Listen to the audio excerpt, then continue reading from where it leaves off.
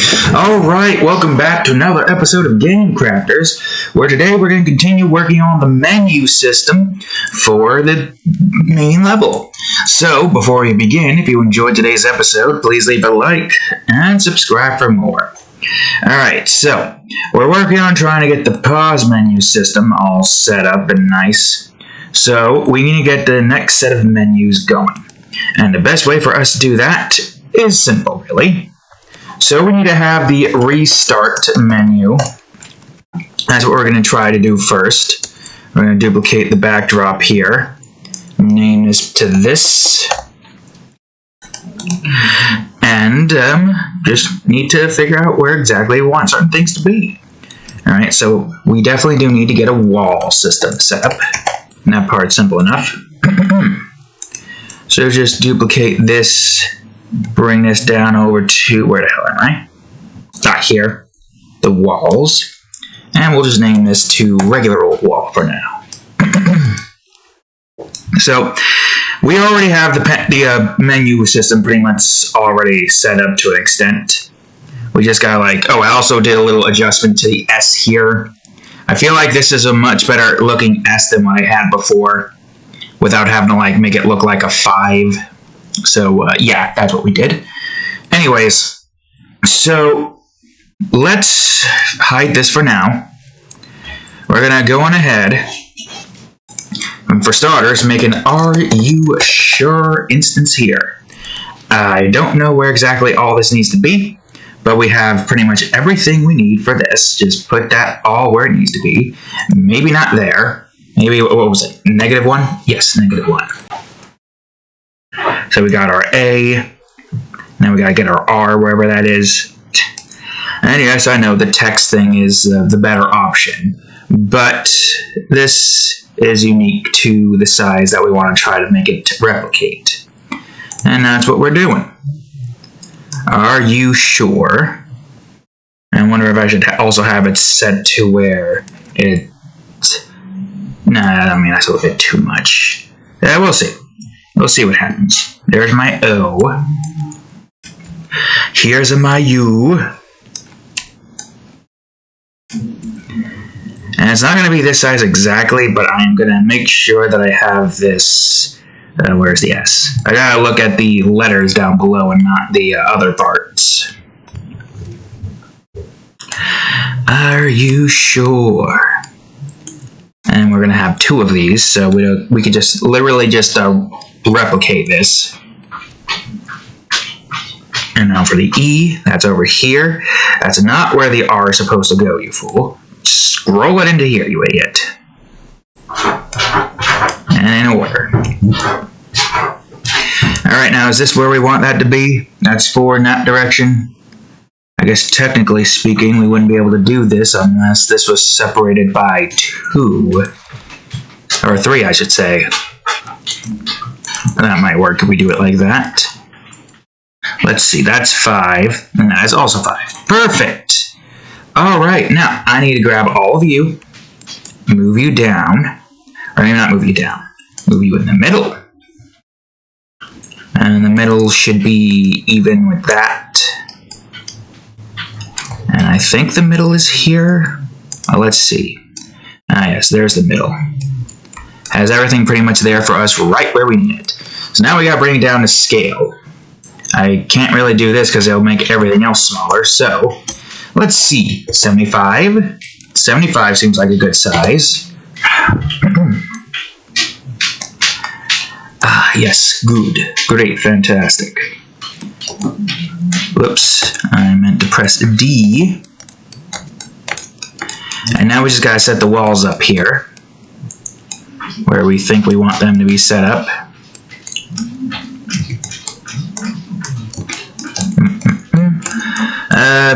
Probably going to keep these relatively the same, maybe. Let's see, is there anything more here that I want to do? Make it look more like a maze, I guess, by doing it like this. Hard to say, really. But we don't want it to be too close to everything. Just enough to make it look like it's a maze. Alright, so now we've got some of the walls set. You are not supposed to be in the walls. What are you doing? You're supposed to be out of the walls. Here, in this spot. Also, we still in place? Yeah, good. Just need to make sure. Alright, now this next part is easy. Yes. And no. Alright, I guess I'll just put this down here so I can see where all of this is going. So, Y, O, Lord. No, that's not what I want. E, I don't know why I'm trying to spell U. Y-O-U, yes. Christ. This is an S, that's not a Z that you're looking at, that's an S. Yes. Move that down. And we're in the middle. And now are you in the middle? Doesn't look like you are. One more should do. And that should be the middle, right? 1, 2, 3, 4, 5. 1, 2, yep. 1, 2, 3, 4, 5. I'm going to get no set up next. Oh, we kind of already got no where we want it to be. Alright. N. O. Oh yeah, I forgot the N in the no is way more, how you say, larger. And also that says on for some reason. No problem, easy fix. Now is that the center? 1, 2, 3, 4. 1, 2, 3, 4. Yep. Okay, good, great. We got our yes and we've got our no, which is great because now I can set this up 0.75 on both spectrums. 0.75. Thing is, do I want it to be bigger or do I want it to be smaller? 75, not 74. I guess it depends, really. Where are my walls at? Okay, so let's see. 1, 2, 3, 4. 1, 2, 3, 4, 5, 6. I guess this depends here. Oh yeah, we also got to make sure that we have the, what do you call it, system in place. Where's my no? Let me move no down and see if that'll work. Or actually, instead of having it be the same size as the upper text, we should make it the size of 50. Also, that might make it fit 3 instead. I don't know, let's see. 1, 2, 3. Yeah, it technically would. Well, hold on a second, I got you to move back down. And now I can move you up. And move you up. And I don't know, maybe move you up one more. Question? Not sure yet. Okay, yeah, that's kind of inwards. That is kind of what we want. Yeah, it does give space. Alright, so there is a couple of things here that I want to grab from this. The Q back instance, which we'll put here. The E enter instance, which we'll also put here. Rather important to always have that on screen so that people know like what buttons to press. Obviously, movement is simplistic. You don't really need to have anything here for that. Okay, yeah, just have a box around that. Easy enough. Could have sworn I saw an insect. Yeah, I was wrong. So yeah, these guys got their little portion here. Wait, where is it? Ah, alright, I gotta do this. It is right there. Okay, see if I can remember that. It seems easy enough. Oops. And no, you fool. Is that it? Well, let's find out, shall we? Am I one off? Nope, I'm exactly where I need to be. Now the question is, do I want to have a restart down here as well? Well, let's find out. That might look good. Who knows? Let's move you down here and decrease your size to 25. Maybe not 25. Well, unless I put this more in the center, that could work. Well, no. If I want to put this more in the center, I have to put it to 1 first, and then move it. You forgot the T, you fool. There we go. Alright. 0.25 on both spectrums.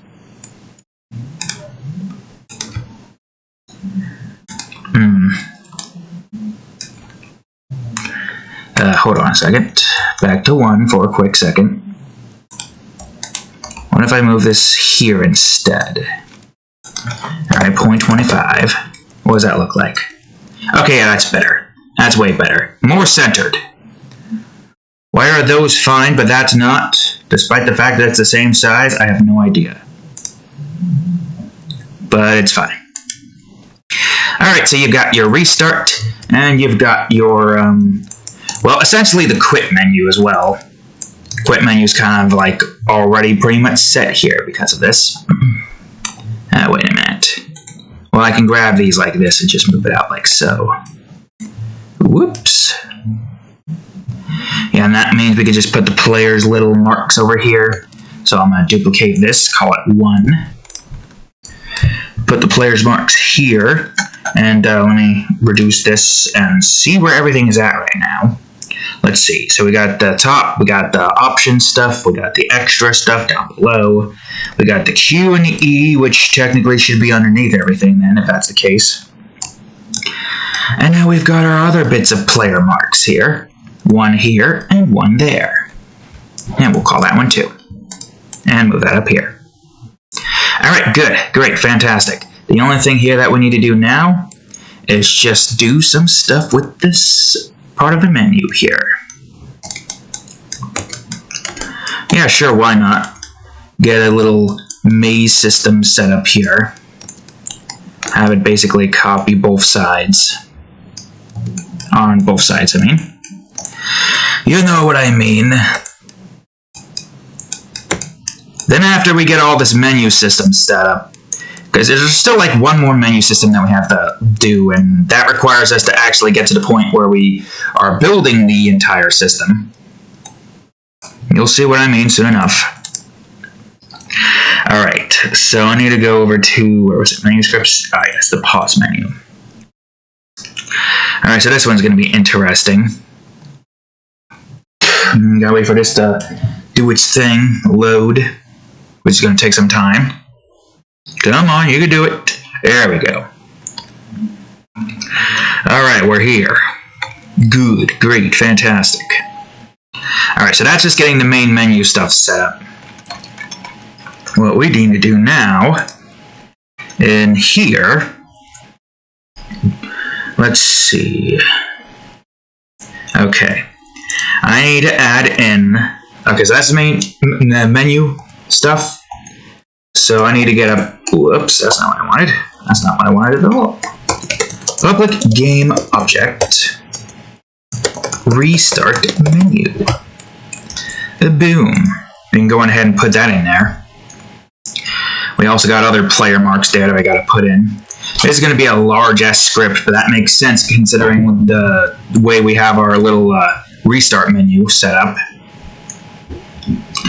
We need these 2 marks here, which is easy enough. So, oops, public game object, restart menu, yes, and public game object restart menu, no. Whoops, not capitalized. There we go. And I'll get that set up immediately, just because. No, not that one. Fuck. No, not that one either. Go to the pause menu. Damn it! Would you stop fucking doing that? Yes and no. Good, great, fantastic. Okay, so first things first, we need to have this showcase this particular system. Easy enough, really.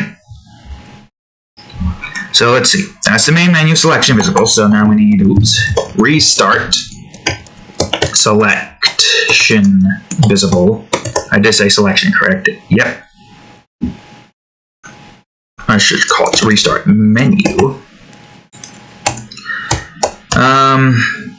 This one was for the player stuff, right? Yeah, okay, so yes.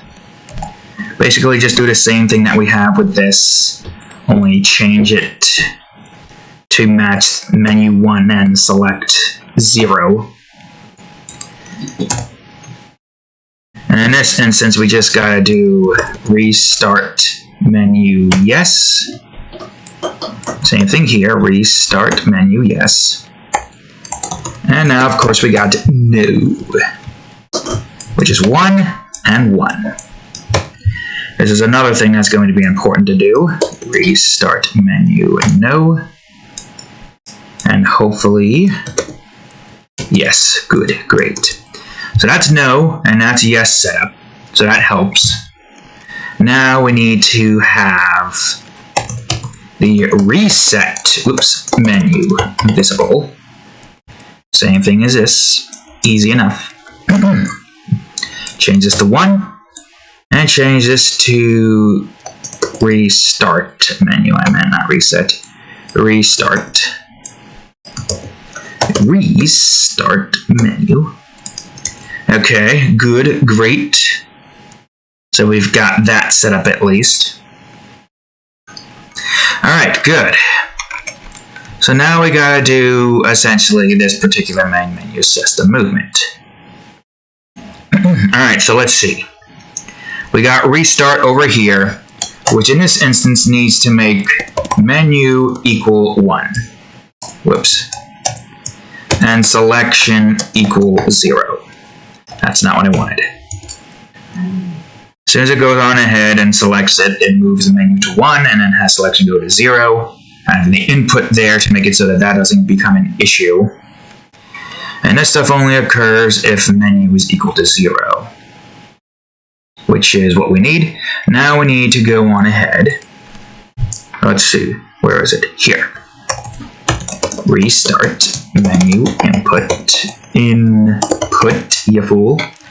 Let's see. Oh, menu movement. Main menu. Alright, not input. Restart menu movement. Better. Alright, so for this one, we can just simply go on ahead and copy all of this and adjust it as we see fit, so we don't have to write it all up. So this will only occur if this is 1. So obviously, with this, we only have a few instances here. What was this again? Yeah, that's only for W. Alright, so this is going to be a little bit tricky. Okay, so W means if you're pressing up. I gotta remind myself, it's been a week. It's been a week, man, so don't blame me. Alright. W is going upwards. If selection is greater than 0, that means it'll go down 1? Right. Hold on. I gotta remember, because I had this set up in a way with the menu system up there, and now I gotta remember how the hell I did this. Let's see. S. Okay, so S is moving downwards, and that's making that equal to 1. So we press up, and selection is less than 1. Wait a minute. What did I do for that one again up here? I just gotta look at what I did here. So selection is less than 1, i.e. 0, it goes to that. Right, okay. I see now. Right. And then that means with not this one, greater than 0, brings that down to 1.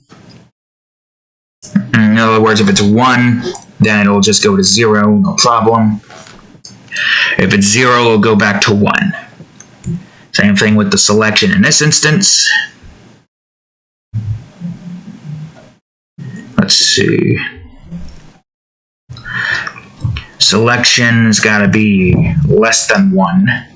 So you're on 0. And this one's gotta be greater than 0, i.e. you're on 1. So press down again, you go back to 0. Okay, alright.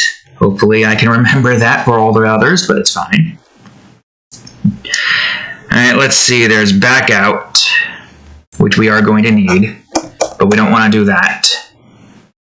And then there's also the selection stuff. So start coroutine input cooldown. Yep, that's exactly what it needs to be. Goes back to the main menu. The 0 instance goes back to selection. And now for selection correction.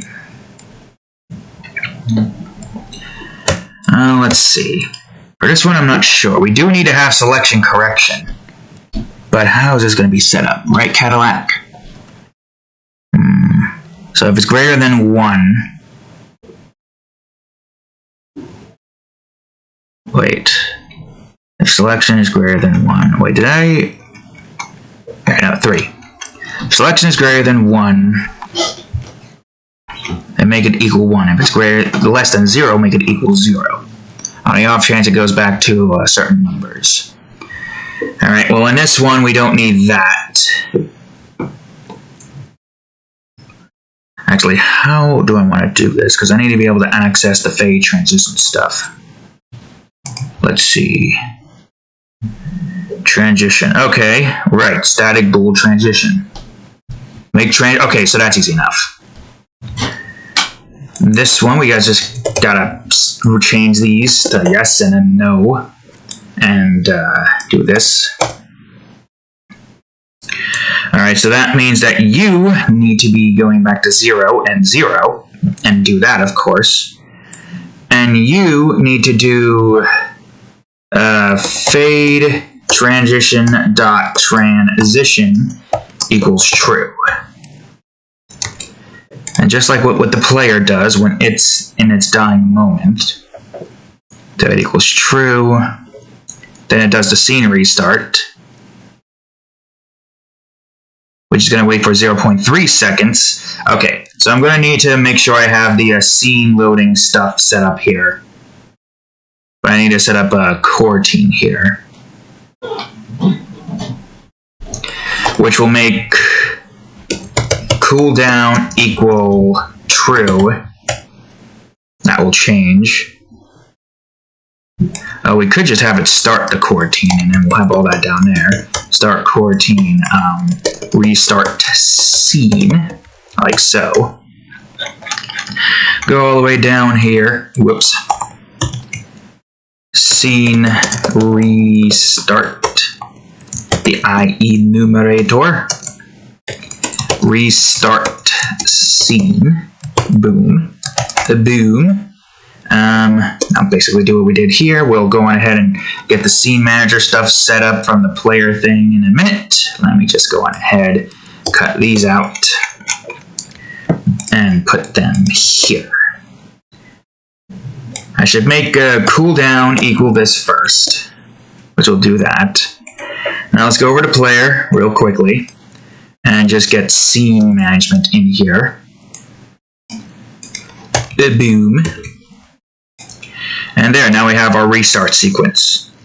Makes that true so that you can't do anything else here. I should also have it set to where you can't move if that's equal to true. Hold on, that should be a thing that we should do. That's for certain. And cooldown is equal to false. Is equal to false, you fool. You really need to just highlight underneath that instead. You forgot the important bit. How could you forget the important bit? Okay, so that will prevent the player from moving. That will already be set to false, so that's fine. That's all set to false. Goes there, start input, E, menu selection 0, selection 0. Let's see, what else? I guess for the sake of this, we can do this. It will always restart no matter what, once it does that thing. Now, let's see here, if escape and cooldown is equal to false, just in case. Timescale equals 0. Also timescale, right, that only works if you're in there. What else? Am I missing anything else here? Okay, now let me just check. Yeah, you immediately make that do its thing. We have you set to wait for seconds real time. That should still do its thing regardless of time, I think. I'd like to think it would. I don't see why it wouldn't. So that should be the restart system setup, at least. I'm going to go on ahead and hide the restart menu real quick. And see if everything is where it needs to be. E. Okay, so the cooldown did its thing. E brings me back to here. Q brings me back to here. Restart. Okay, it didn't do its thing. Which makes me wonder if this thing is going to do anything. I don't know. Because now nothing is restarting yet. Did I do the thing right? No, I did do the thing right because all of the stuff has been activated. Start coroutine, restart scene. Cooldown is true. Vein transition equals true. Which has to be equal to true, and that's on an update. Oh, wait, right. Well, the thing didn't work either. Wait for seconds. Okay, I'm going to have to wait for seconds real time, of course. Can't forget about that real time. Vein transition is equal to true. Makes me wonder if this is not going to work because this is on a timer-based system.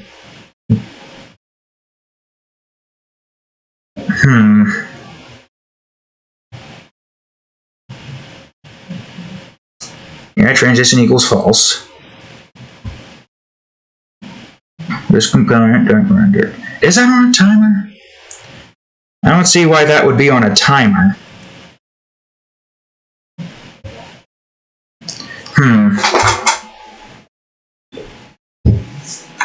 Well, that doesn't make any sense. Fade in, if it's equal to true, and then do that.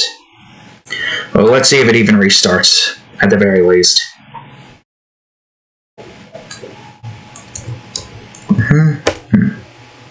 Well, it restarts, but it's not fading out. Which means that this probably needs to be time.timescale equals 1. As well, maybe not exactly. There. We can put it here instead.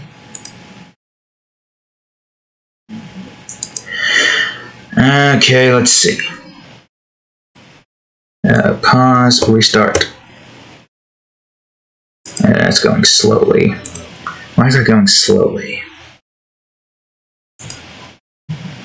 Should I make this 5 or something?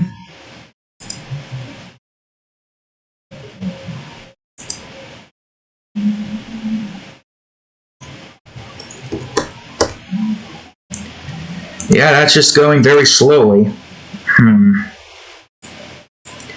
don't know why that's going very slowly. And I guess this... Is there another instance for while here? Let's see. While. What's wait while?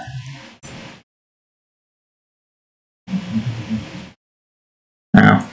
Well, that doesn't help. Or at least I don't think that helps. I know there's a way to make it so that this can still move and do its thing. Yeah, why is that going so slowly now? That is strange that that's going slowly.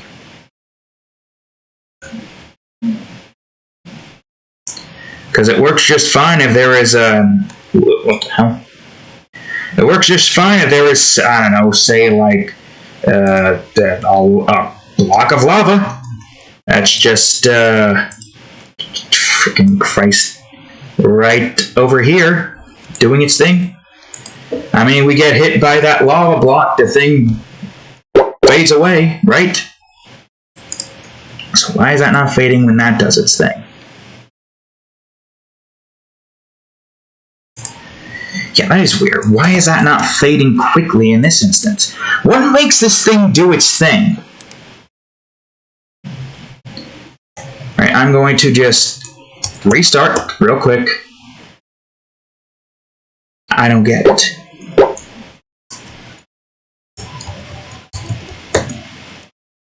And I just paused it. Yes, restart. I don't get it. There's got to be a way to make it so that this isn't going to be too much of an issue.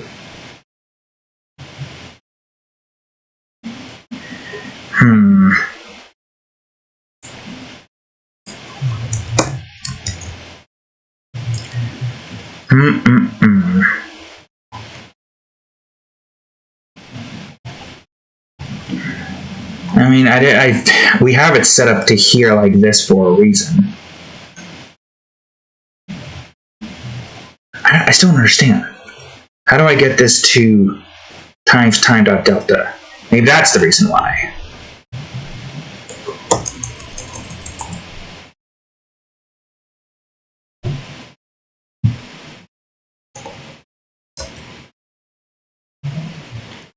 Dot delta just isn't going to work. I need to figure out a way to... I think there is a way to do a delta without any of the, what do you call it, but I don't know why. Frame count? Delta time. Fixed delta time?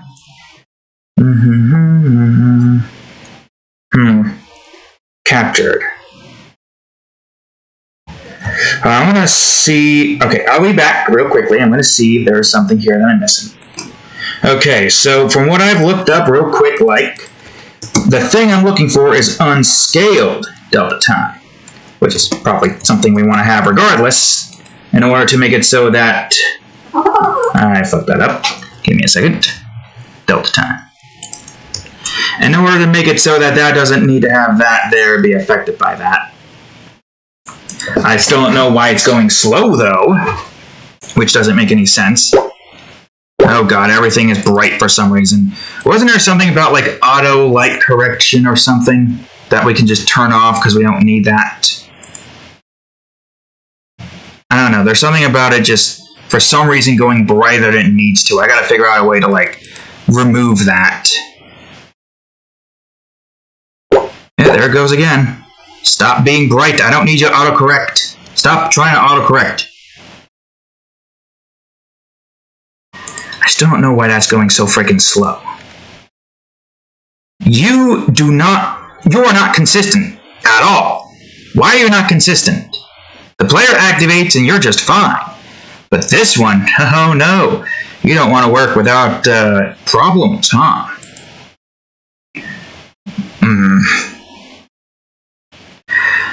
Man, this is annoying. I don't understand why this thing is like that. What is making this do that? Do I even really need this? I'm going to see if I can get away without having to use that real quick. Because clearly it's not, like, working properly. It's going slowly in so many instances.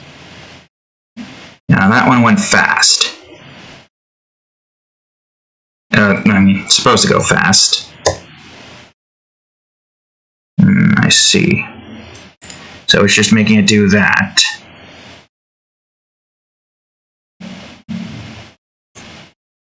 I don't know. Because you are really just making things more difficult than they need to be. Go faster, damn it. There has to be a better way to make this work consistently. Yeah, because it doesn't make any sense. Now it's doing unscaled delta time, which means it's not affected by the transition stuff. The only thing I can think of is if we do a public static bool, or int, or float, called speed.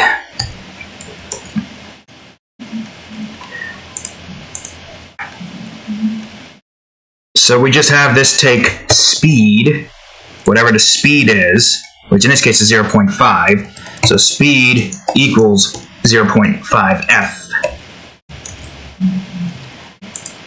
Every time it starts.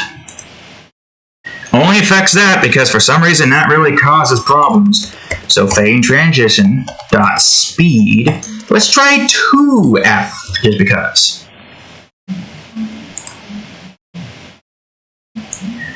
Don't understand why the hell it makes the scene brighter. I gotta remember what I need to do to make it so that that doesn't happen. Okay, this time it actually went way quicker, but it could go quicker than that. This is at 0.3. Just like how the player has set to 0.3, this one is at 0.3. So let's see if 2.5 is a good enough speed for this.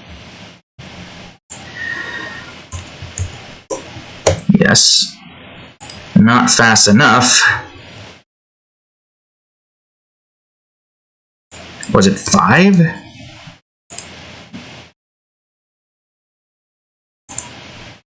No idea. Let's see. Huh? Well, that just went faster than it should be going.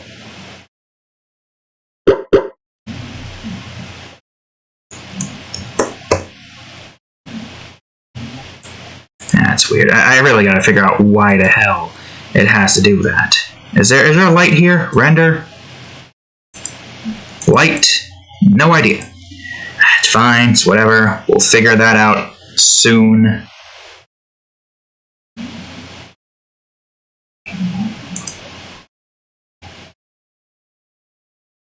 Well, do we even need this for that? Because it's gonna...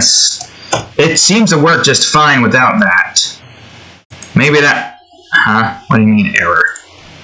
Oh, you gotta be regular D. Why is that like that? I don't get why that's like that. Whatever. It's fine. It's fine. I wonder if this fixes the problem. Oh, it fixed the problem. Pause. Restart. Yes. Now let's try that on the other aspect. Yeah, even if it does fix the problem, I still want to figure out how to turn that auto system off. Because we don't need it. Okay, that works. Good, great. Oh man, it took us freaking goddamn 37 minutes to meet the restart menu, and we're not even fully done yet. Christ. Alright, it's fine. Now we're going to go on ahead and make the, what was it called again? The exit menu. Make that show. It's basically going to use the same stuff. Only we get rid of that once we've gotten exit in here. Put that in. Place that up here. Exit. Let's see. So let's bring you to 1. If you're going to work the same way as that, then this means you need to be... Where's this? Okay. That might be what we want. 0.25 on both spectrums. Good. Great. So now we got this over here for the exit menu. Simple enough. I say we can probably change up this a bit. Why not? Why the hell not? Make the menus unique and whatnot.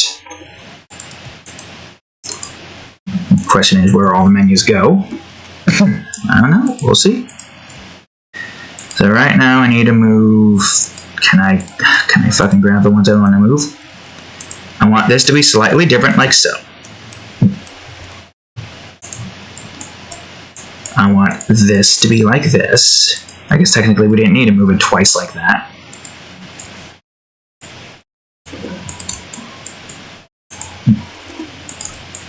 This to be 1. And what else? What else do we need? Go back to here.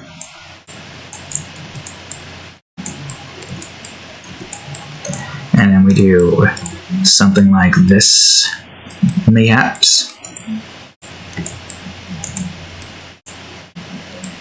And just repeat the process over here.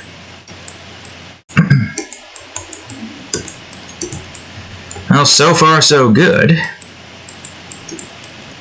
So we got ourselves a restart and an exit. Now, the issue with the exit is we don't exactly have the ability to transfer scenes yet.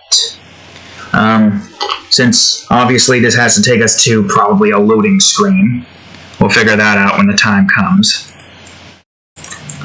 So there's way more to this that we have to do outside of that. Alright, I need to go over to here now. Scroll up to here. Get all of my game objects set for the exit menu. Just the exit menu. Public game object, exit menu, yes. And once more, public game object, exit menu, no. Same premise, different aspects. Now we need to get the menus to be visible. So exit menu visible. Now, unfortunately, with the options menu, there's way more to that we have to deal with. So we can't exactly get that where we need to get set yet. Don't you worry, though. We will be able to do that at some point. But we can at least get the main stuff set, which isn't going to help us too much because all of the stuff that we need to make it so that actually allows us to select things is not there yet.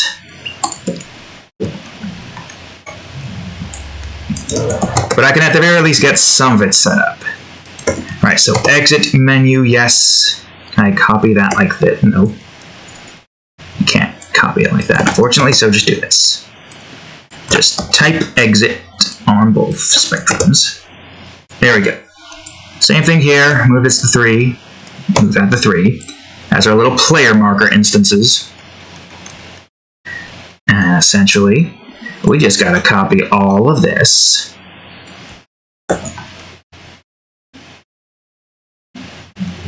Which would then allow for us to just do this. Exit menu. Alright, so we got 3.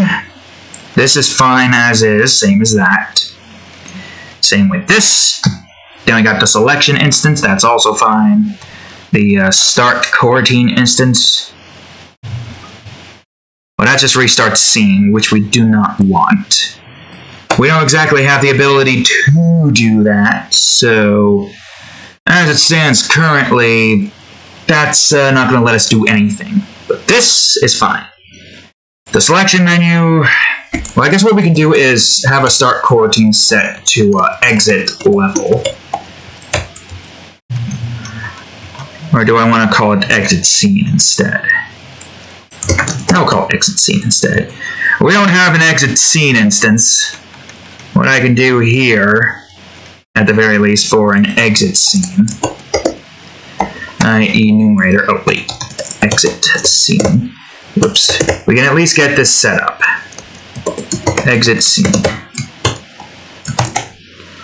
Right now it's just going to yield return null.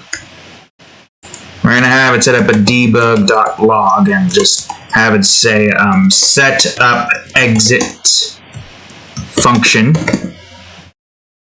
And boom. Set up exit function. Just so we have that there. Just so there's something in that menu so it's not just barren and doing nothing. Okay. Are we back in the scene? Good. Alright. I just need to bring the exit menu here. Player marker for yes and player marker for no. And of course we hide that. So now, alright, it's not going to work unless I have it allow you to select it. Forgot about that tidbit. So here's our exit. Menu equals 3, selection equals 0. We might need selection to equal 0 first, because I think it's just going to bring us down to no instead of 0. Only one way to find out. Oh no, it didn't. Nice. And set up exit function. Alright, good. So we got that, we got the resume, we got this version of the resume, that version of the resume. Do that again, but on like different instances with the escape and Q.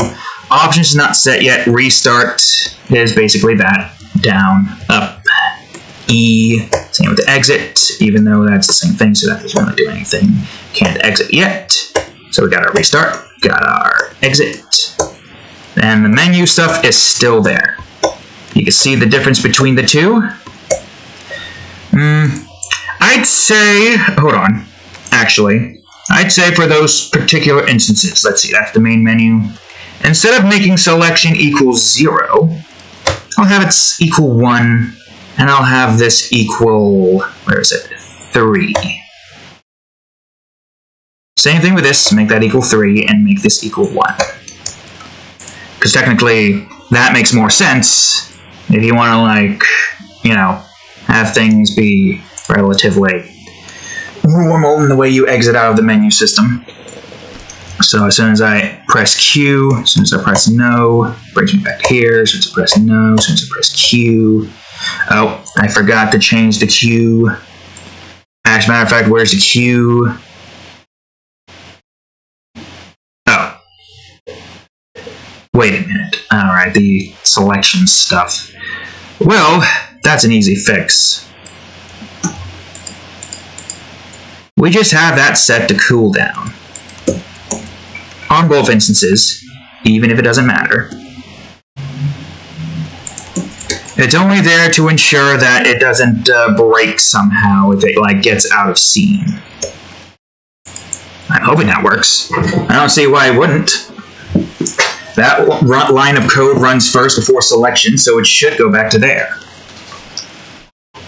Or we don't have it, and we just hope that everything is where it needs to be. Yeah, I mean, it's going back just fine now. We don't have options yet, so, right. Okay, that takes care of the exit menu, but there's still one more menu that needs to be made. The option menu. And I'll just put that right up here. Alright, so the option menu is going to be a little, whoops. No, I should duplicate this, actually. The options menu is going to be a little bit tricky. That's primarily because many of the mechanics in the option menu is not even made yet, so technically we can't even do that. Take me up. Take me up. Hurry it up. There we go. And 2 walls. There we go. Alright. Well, we do need this. That's the wrong one. We do need this still. And we still need this. Just so that we can see what we're doing. And we're going to see why this one's going to be a little bit tricky.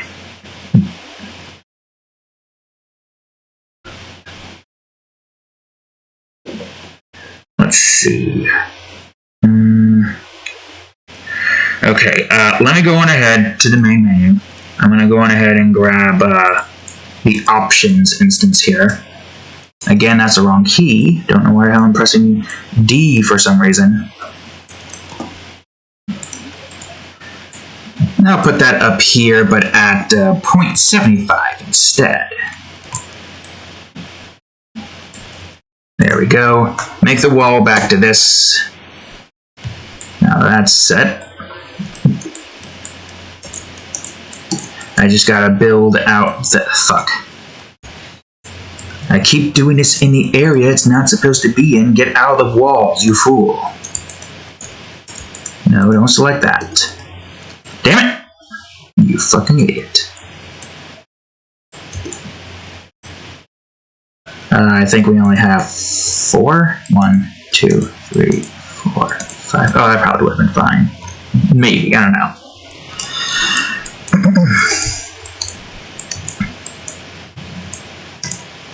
Yeah, then we do this.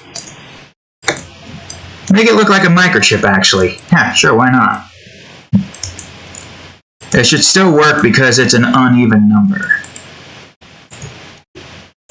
Bring that up. Grab you, do this, grab you, do this.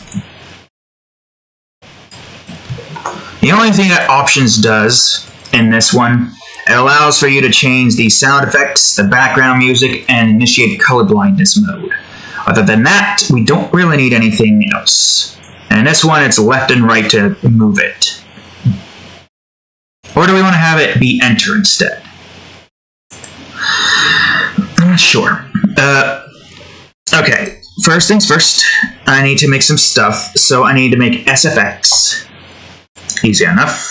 I'm going to put that underneath you.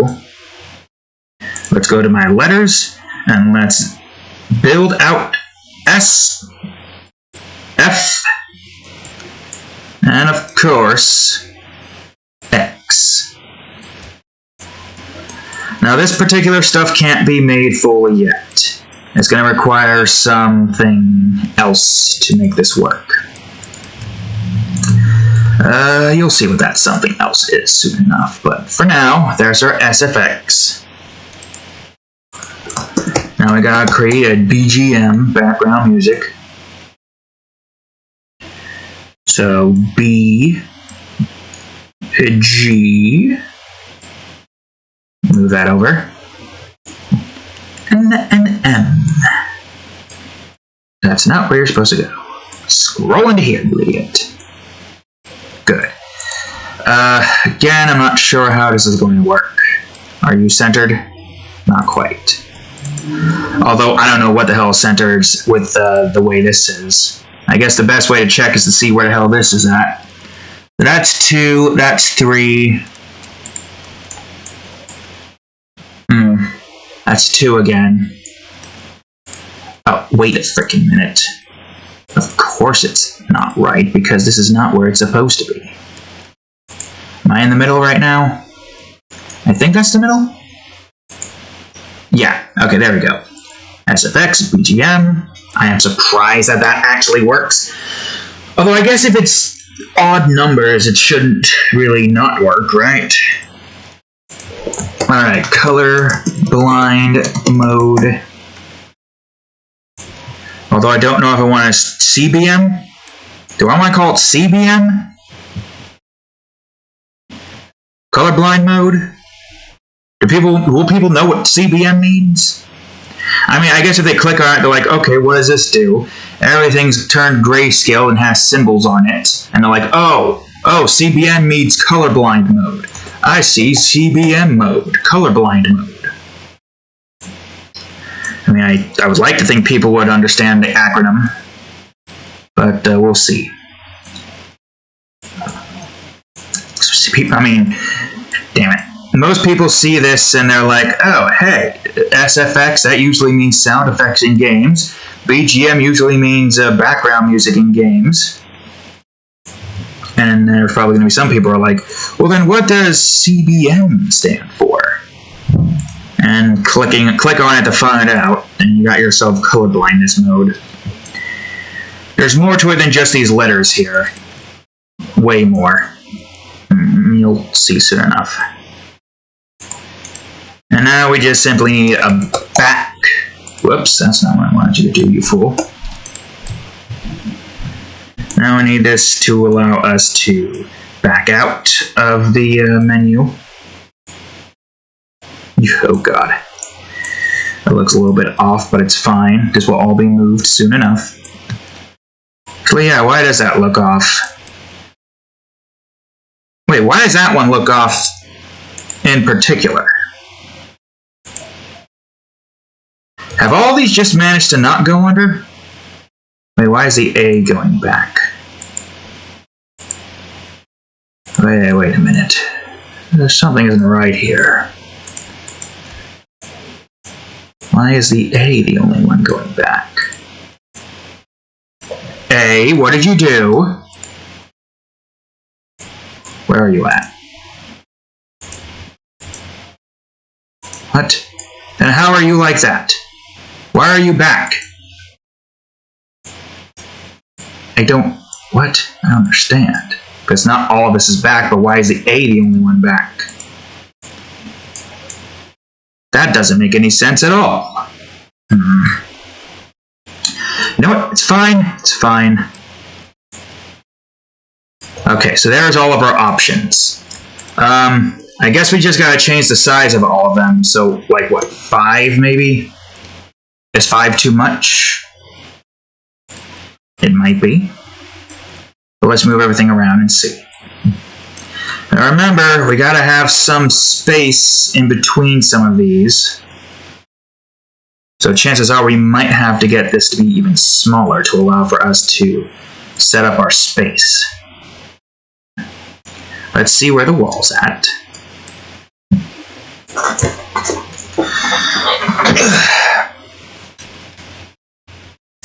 So the idea here is to have basically a green nub that allows you to move it where it needs to be moved to. I feel like I need this to be bigger. Or smaller. But that's not what I wanted you to do. 0.3.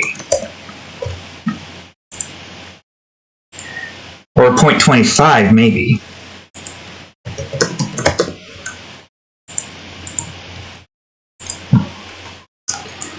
So that should be enough space for that. Where's this wall at? Wrong wall. Oh, no, the wall was just moved. I meant to duplicate it. Yeah, that wouldn't work. So that means that we would have to have this here. So how do I want to have this set?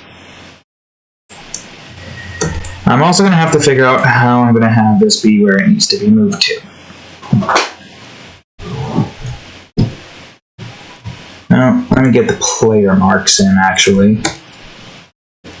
Change you to 1. Move you to here. Whoops, that's not what I wanted. Alright, so player mark will be here, here, here, and here.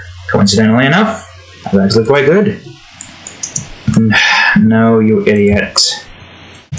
The other direction. I swear, this freaking system sometimes is... I wish I could just do this and not have it... Why are you not doing it now? Up? Is up the reason why that keeps doing that? I don't need that. That's a feature I don't fucking need. Whatever, it's fine. And there's more to it than just this. There's going to be this here and this here for that. These marks will only be shown dependent on where all of this is. Then I gotta try to figure out this thing's position throughout here and here via a certain mechanic. Now that one's going to be a little bit tricky. Don't ask me how the hell I'm going to do this, because I have no clue. It's something that we don't have to worry about yet. Whoops. Because we need to get something else built first for it to, activate. Also, I believe this was here, correct? I believe so, yeah. Alright, and there you are, going this direction. Good, great, fantastic.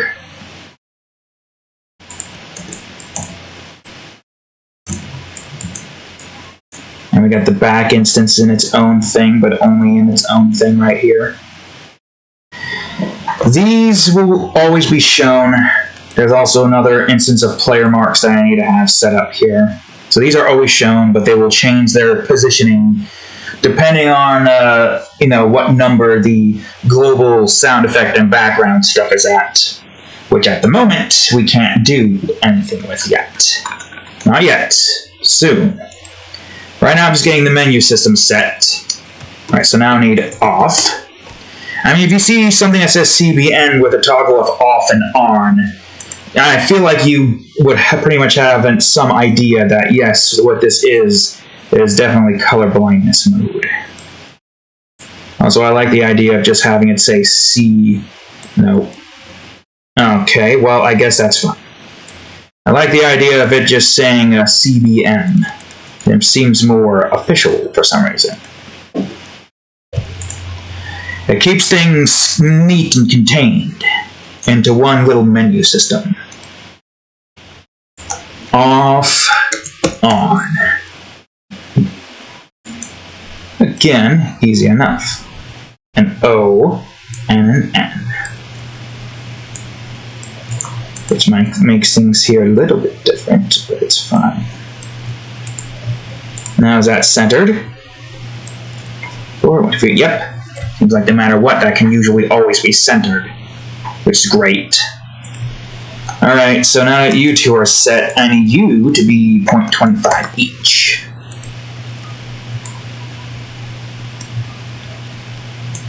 You actually might need to change your size a bit. Well, not size, position. Well, that's not going to work unless I do 0.25. Both of you go back to N. Whoops. N. I'll move you up, I think. I'll test it to make sure that's what we want. Okay. Down 1 then. Which means if that's where that needs to go, then you need to go up 1. And you need to be 0.25 or 0.25.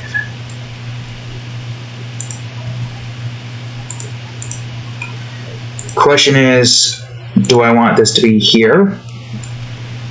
And then we have marks here and here. Well, that's not going to work with where that is at right now.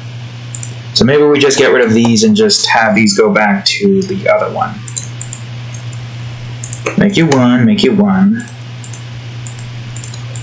Make you go down. Make you go down. Revert, revert. And back to 0.25. Why is this back? Get out of here. Well, I would say that you should probably be a little bit more, let's see, in this direction. No, this direction. What does that look like now? There we go. Maybe. Potentially. If anything, make you both 0.20. Actually. In this case, I just gotta do 0.2, not 0.20.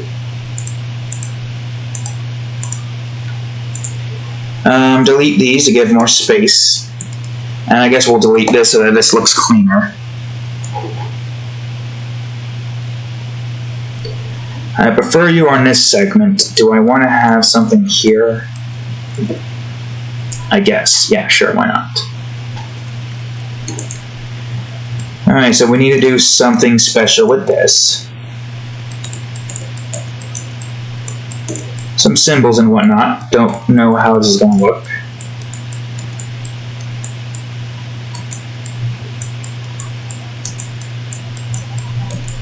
Probably have it set up like this, maybe? Yeah, because we have a very small space to work with. I don't know how well this would look. People will see that and they'd be like, huh, what a strange looking thing. It's sound waves. Or at least it's supposed to somewhat represent sound waves. Oops.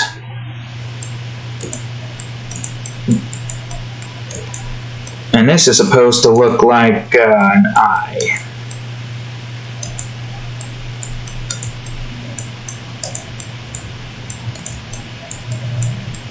Although I feel like that should be a bit bigger.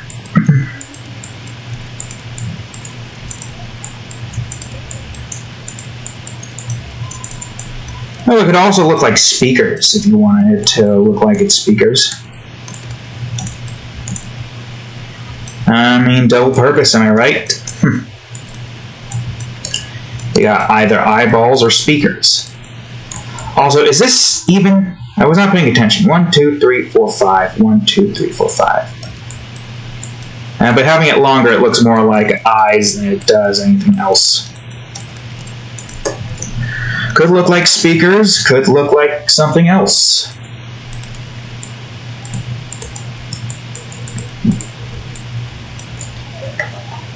Let's see.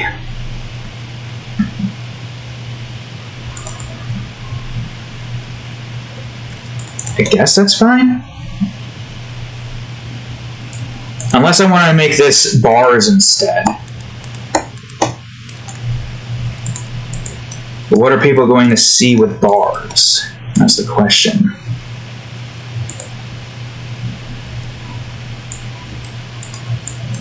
Whoops, that's not what I wanted to do.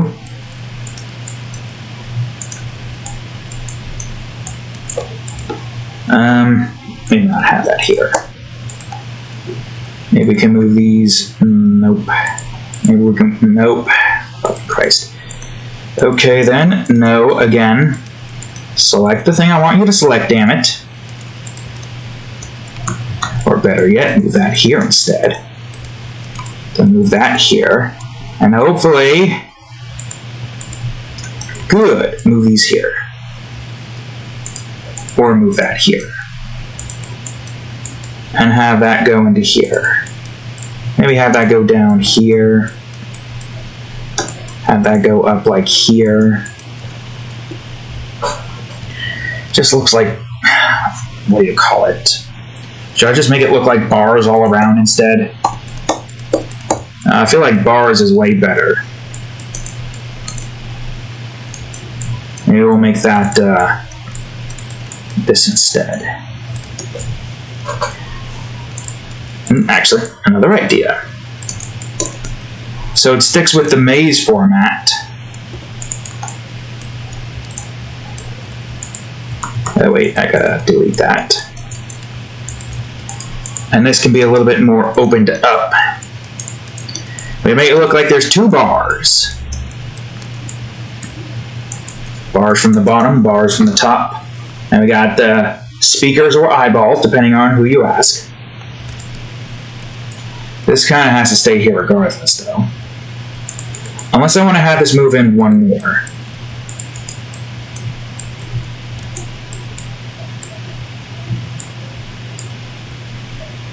We could have it move in one more. Hold on.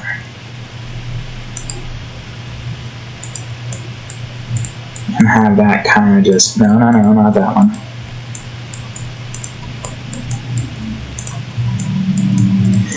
Oh yes, designing a freaking menu system for this. I mean, yeah, it makes sense. Yeah, we don't have to move in one more, we just have it here. Although, I do like the idea of it just being like a little bar instance here. Okay, so... So, yeah, it's not going to move like exact. It's going to be moving like this, as you like slide it left and right, obviously. I will give us the ability to access it, but we're not going to give ourselves any ability to actually do anything with it yet. There's still more that has to be done, but for now, I think that's the best we can do with what we've got, I think. Let's see what the name looks like one more time. Oh, I did that wrong. That has to be in one more. Easy fix. And as a matter of fact, it does make this one, whoops, bigger. Move you. Scroll on a little bit. There we go. Ah, yes. Much better. Alright, good. So there's our little option menu instance. Is everything where it needs to be here then? Also, is everything here where it needs to be? Off. And you needs to be moved up here. These player marks need to be moved up 7. That is 8, you fool. And then 8. Spacebar, of course. I guess I can move these up here. Alright, so that means you're right, you are right, and, well, you are right regardless, because we just duplicated that with this. Okay, good, great, fantastic. So our option menu there is set for at least the main component. Option menu. Also, I do kind of want this to be in between this. No, not public object. SFX. I could just copy this, paste this, and do our changes here. BGM. Can't see. Color blindness mode. And this one's just back. Well, that's mainly for the highlighted objects. The counters are always shown. CBM off. CBM on. And that one's simplistic. That's going to have a very particular variable that we're going to need to have set. Matter of fact, I should set up another script. I'll call it data storage, which is essentially just going to be where we store pretty much all of the saved data stuff that needs to be saved. Stuff like the zones, the levels, all that stuff. This is the kind of stuff that we really only need to worry about in one particular instance. Whether or not I need this, I have no idea. All I know is that I need a public bool, or static bool, by name of colorblind mode, which is set to false by default. This is probably not going to look like this exactly. We'll worry about changing that once it's time for us to make the menu system with the save stuff and all that stuff. Right now, I just want to get that made, placed in, and we can go on ahead and automatically have that one set for showing off everything, which should be easy enough. That's the main menu variables, or a zoom variable. Oh, no. Wait, where is it? Ah, here we go. Alright, option menu selection visible. So how do I want to do this? I guess I'll just grab these here real quick. 2, 0, and this one option menu, which is SFX. Same thing, option menu SFX. Also, how long we've been at so far? An hour, which makes sense, all things considered. 2 and 1. Right now we're just going to try to get the, where is it, BGM? The basic stuff being shown. Options, BGM. Call this SFX. Call this BGM.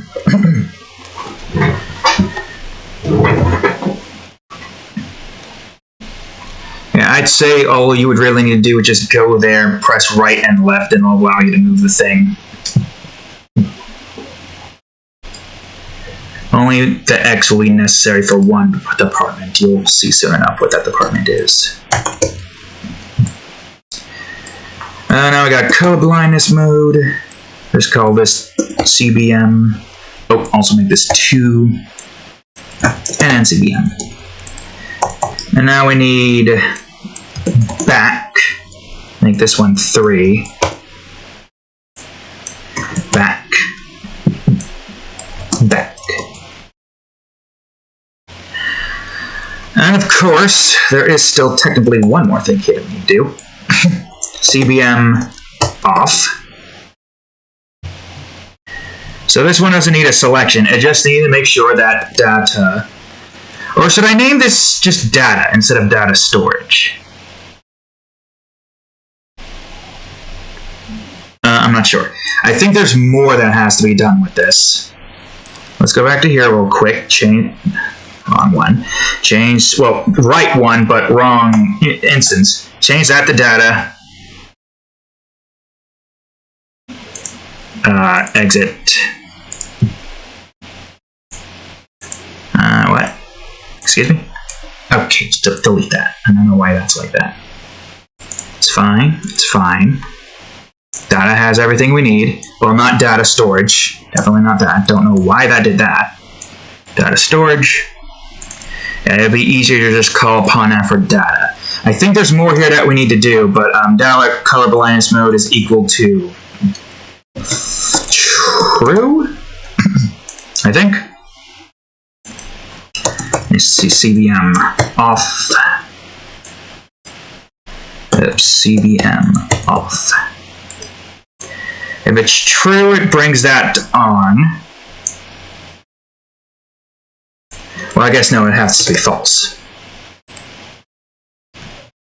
Or just CBM in general, actually. Why am I doing it like this?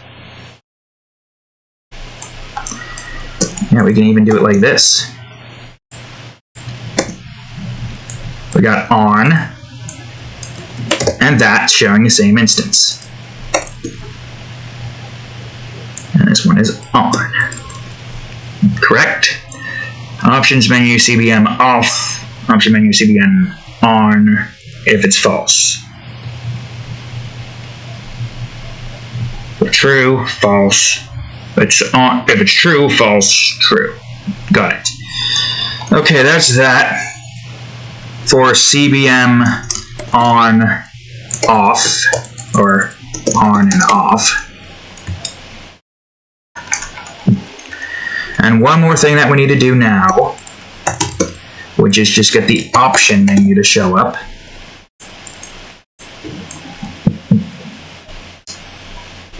That's the wrong one. I need to go up one more. Here we go. And option menu visible. Base equal to 2. Then option menu set true, and then if it's not, option menu set to false. So there's the option menu instance. I need to go all the way up to here and have it so that we go to it as soon as we select it. So menu equals 2, selection equals 0, and boom, easy enough. Okay, so this requires way more than just simple stuff. I'm going to need to, maybe not that, this. I'm going to need to grab this. I didn't want to have the menu movement there, but that's fine. I can just delete that as soon as we place this. Alright. So now we change this to option menu movement. If this is equal to 2, this one's fine as is because there are 4 instances.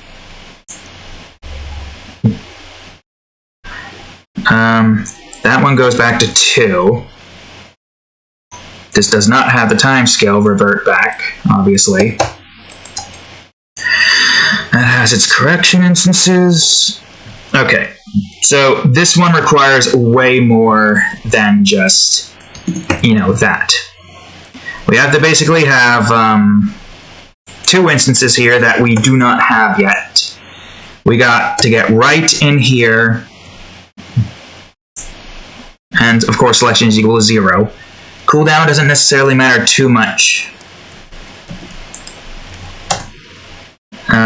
Else if, maybe? I guess technically speaking, yeah, if you're holding down D, or it should be get key, not get key down. So we got right, we got A, that will do its thing, which is going to be important. You will do your thing in BGM. I'll change you to 1. Right now this doesn't do anything, because we don't have a mixer stuff set up, which we'll probably worry about in the sound system setup once that occurs. CBM. So I guess CBM is going to be a little bit tricky, I guess. Let's see. If data.colorblind mode is equal to false, is equal to false, brain, then make colorblind mode equal true. Else, I guess we don't need an else if. Data dot colorblind equals false. No matter where it does that. You press E, it moves there. You press E again, it moves back. And for the sake of the way this sits, well, hold on. While I'm here, I might as well have the menu system bring you back. The back system bring you back as well. Alright, so this one's important. We'll have 2 different ways to allow the player to do this. So if selection is 2, of course, and data.colorblind mode is equal to, well, let's see, if it's false, is equal to brain, then it'll do its thing, but before I get that set up, we'll have this one be true. Yeah, if it's false and you press that, it brings there. If it's that and you press this, it brings you here. Right now we don't have color blindness mode set in the gameplay, but that's fine. Alright, let's see. So... oh, wait, hold on. That cannot be here. Copy that out.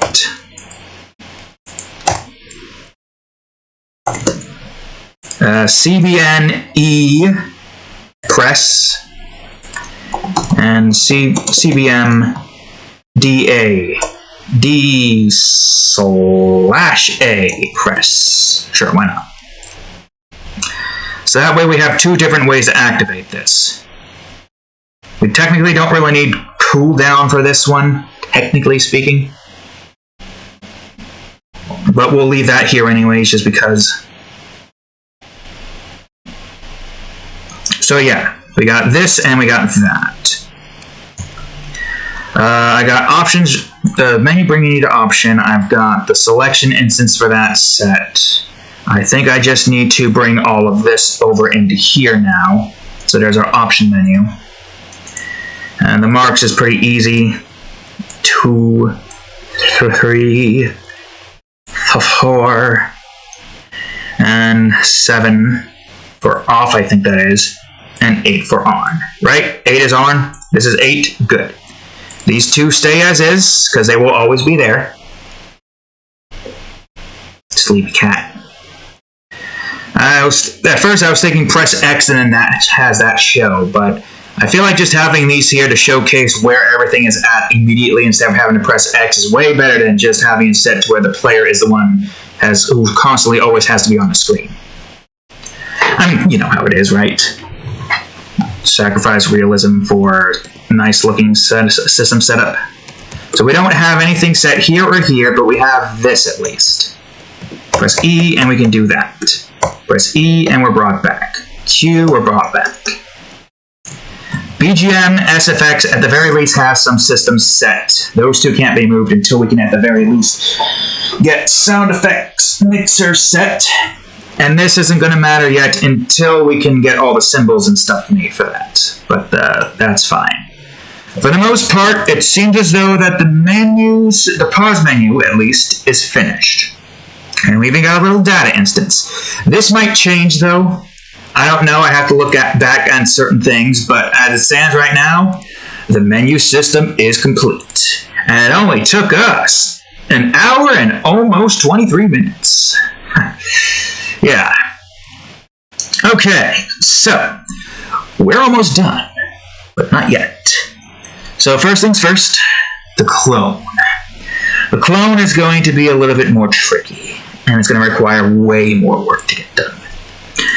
But it's the last and final thing outside of one secret thing that I am going to have to make myself off camera, of course. But you don't worry about that. I worry about that. Now, where is the... here it is. Paint blocks. Alright. Where is this thing's color? There you are. Well, that's saying 160, but I think that must mean 128. And there's our I forgot to name it. Clone. There's our clone. There's also another thing.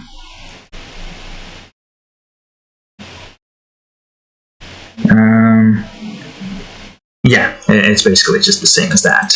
Just make it 128 on the other sides. That would be in material. And now I got inverse clone. So the clone is a relatively unique enemy, of which uses the player's movements against them. As in, they move as the player moves. Now, I think the player's instance here is pretty much set, so I'm going to save this prefab. I can't think of anything else that I need to have. I hope there isn't a whole lot. with players like this for some reason, but I guess it's fine. Alright, my player. Whoops, I did not want to do that. Now everything's messed up. The clone, everybody. Okay, so the clone is going to be a pain in the ass to deal with for most people. Inverse clone. There's still like movement stuff that I gotta get set here, but if we can go on ahead and get that set up, it shouldn't be too difficult to do all the things that we need to do. I'll just have this with the clone automatically. Also, I need to move the clone out of the way. And I need to change this. I don't think I have the tag, so we're going to go on ahead, add the clone tag. Clone tag's still going to have that clone. And that's essentially all that we need for the clone right now. Well, I guess not necessarily. I gotta create a whole new set of player scripts. Oh boy, this is gonna be a pain. But here I go. Duplicate. Yeah, there is going to be a lot here that we need to do. Oh god, and this thing's just going to take its sweet ass time trying to copy everything. Alright, so call this, clone script. Okay, oh boy. So we changed this to clone. We change this to C depth fade. Oops. C detect above. C detect below. C detect down. Oops. C detect down below. I'll just change that to a caps lock so I don't have to keep pressing shift while I do this. So essentially all of these that the player has is pretty much set. Whoops. Now there might be a few things here that I am missing, which is to be expected. But it's fine. I've done pretty much a decent amount of tests with the player, I think. Alright, and we got C radiation. Whoops. Fucking Christ. C. Okay. So first things first, I gotta open this up, call it clone. Whoops, I gotta not do that. Clone. So there's the clone set. I gotta go through every single one of these and name them the C. And as well as change them all to the clone variable set, which is going to be a pain in the ass. But thankfully there's only one of these things in a level. There's no two, only one. I think a second one would be an even bigger pain in the ass for a few obvious reasons. Not besides the whole difficulty in trying to get the system to work properly with more than one clone, but also, you know, for the player themselves trying to figure out how the hell to complete this level with so many clones that are already able to get the player killed by just mispressing one button and not having a timing set. One is already bad enough. 2, 3, 5, 10? Yeah, no. I say that this is probably way better and way easier to deal with, despite the fact that it's still probably going to be a huge pain in the ass for a few obvious reasons. Okay.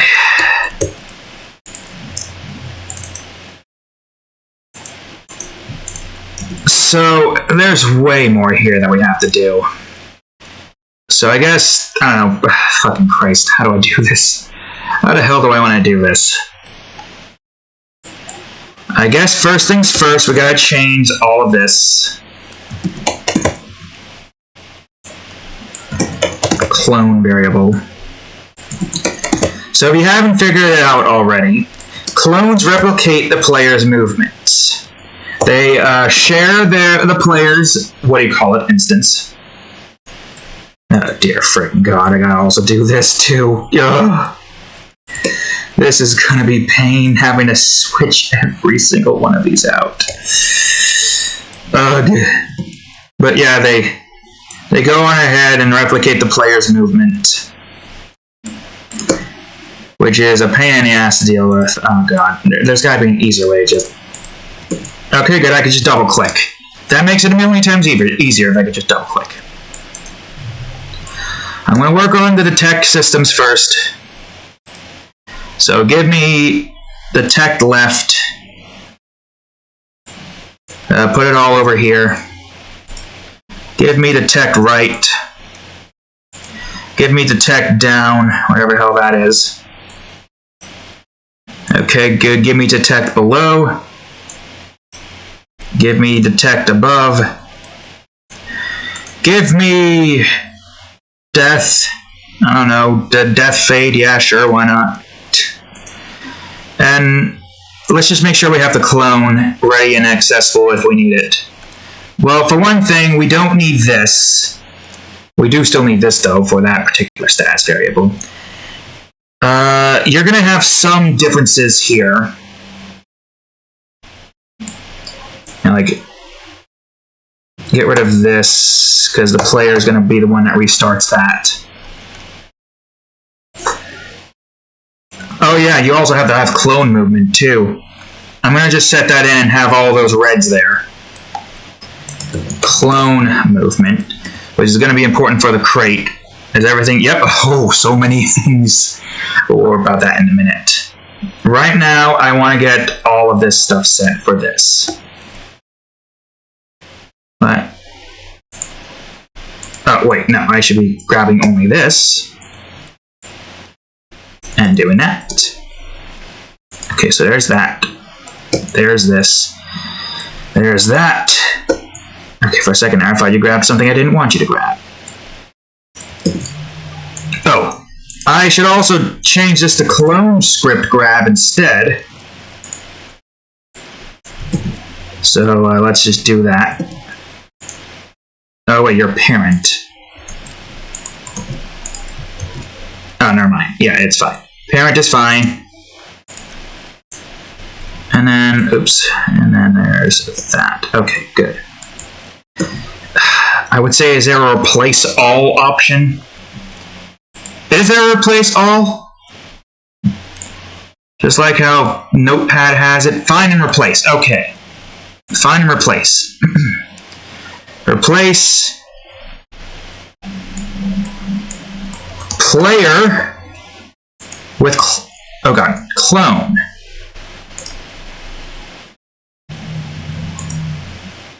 Find all. Oh god, please tell me I could just do this.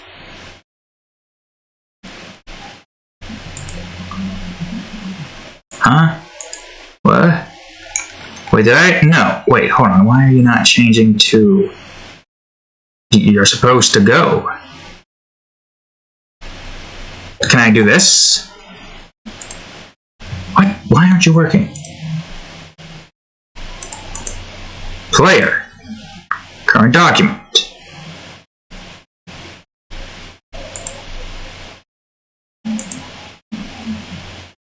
How do we replace? Replace all. There we go. Okay. According to this, the replace all is that. So that's the clone all here. Why do I not have that option here? Do I really have to just keep... Okay, are you going to keep it? Is it going to be kept? Okay, good. It's going to be kept. So Control A, was it? No, Alt A. Excuse me? Oh boy, you're really making this more difficult than it needs to be. Oh god, why did you do that? Don't always show this message. Why is it not? Okay, hold on. Oh, that's fucking why it's on selection. Okay, what is replace? Replace all is Control F. Okay, Control F, Alt A. Is that everything? Oh yeah, no. This one does have to still stay as player, though. For poison. So I guess we don't have to replace all of that. Is there anything more? I think I'm forgetting something, but I'm not sure. Oh, yep, here's that. This one's important to stick as player, obviously. Yeah, this is going to be quite a task, I must say. And there's more to this than you see right now. Like tar movement. No, wait, no, that one's fine. Where else is there? Show me. Show me where it's at. I'm missing something, but where? Ah, here it is. How did I miss that? I have no idea. Okay, so that's everything here. Don't do selection. Control H. Oh, God, why are you doing that? What else? Alright. Player. I mean, it's better than having to go through every single one of them, right? Control H. Why are you doing this? Stop it. That one. Change this to player.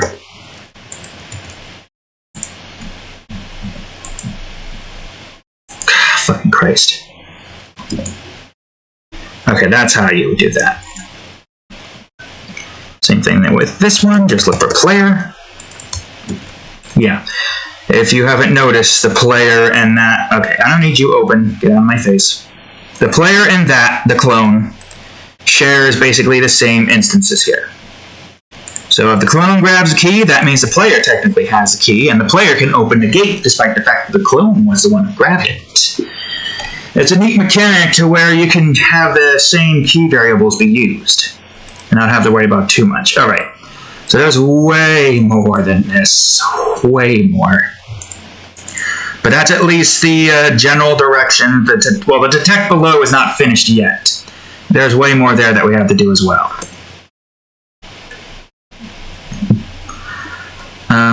I guess in this instance, just have this be clone. I think it's the only one there that we have to change, so we don't have to do anything here. Let's see. Yeah, because you share the same thing. So that's that for this. Radiation tier I don't want to deal with yet. Give me all the crate detects. Crate detect left, I think, is the one we don't have a... Yeah, okay, good. Alright, bring these in. I want more space to be able to see, so let's just remove that. Real quick. Oh, wait, that's for detect. Right. This all has to be changed to C.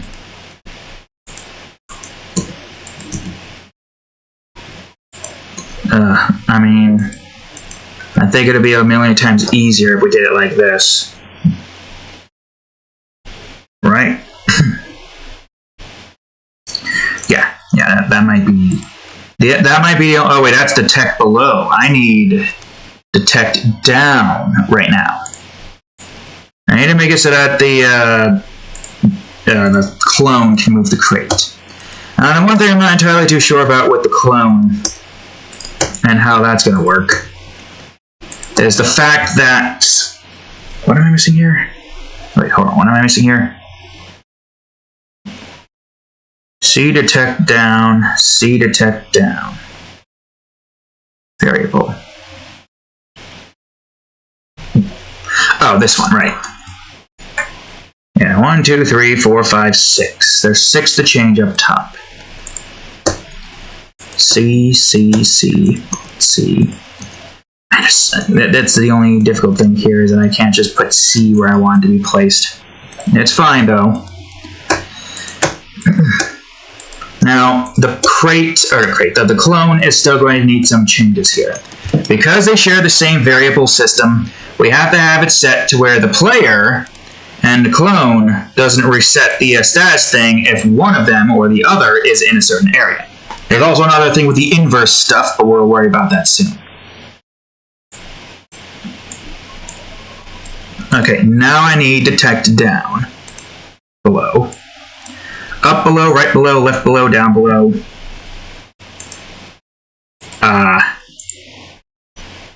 Shish.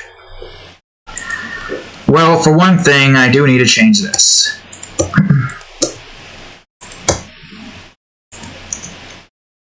Ugh, Christ.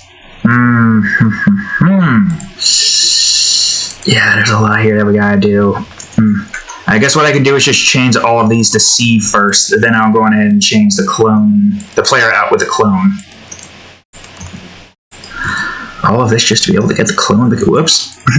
The clone mechanic set. Player.horizontal. Yeah, we're definitely going to need the crate to change that as well.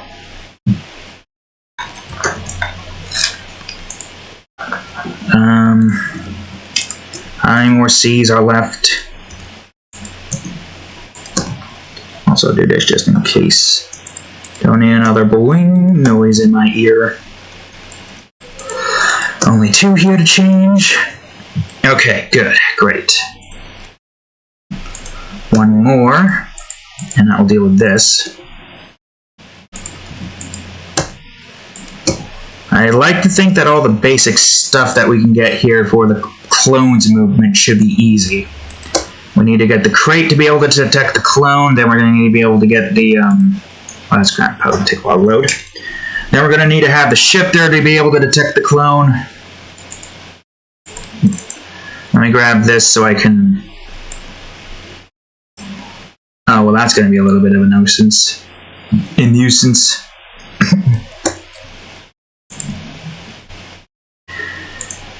I'd say to make this easier on me, I'll just replace these first, which will screw up that momentarily, but it's fine.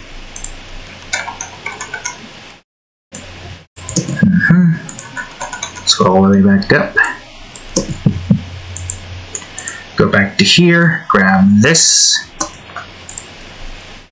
and whoops, replace this with this, and this, and this, and this. Okay. Same old, same old. Yeah, even the clone script grab changes. So that should be everything, right? The detect, the clone's inverse, vertical mover for the clone dead. We also got to make sure that the clone is unable to restart anything. So we're going to have to still get the death variable for the clone. And we also have to make it set to where the clone will die and have the player die as well. Change all of that. All of that is clone. Same thing. Change all of this. Same thing. Change all of this. Okay, good. So that's that setup at least. There is still the radiation tier, which is going to be a tiny bit of a difficult thing to do, but I think we can manage. Okay.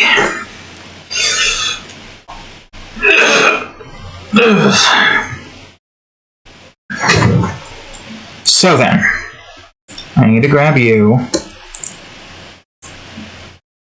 Basically just replace all of this with that.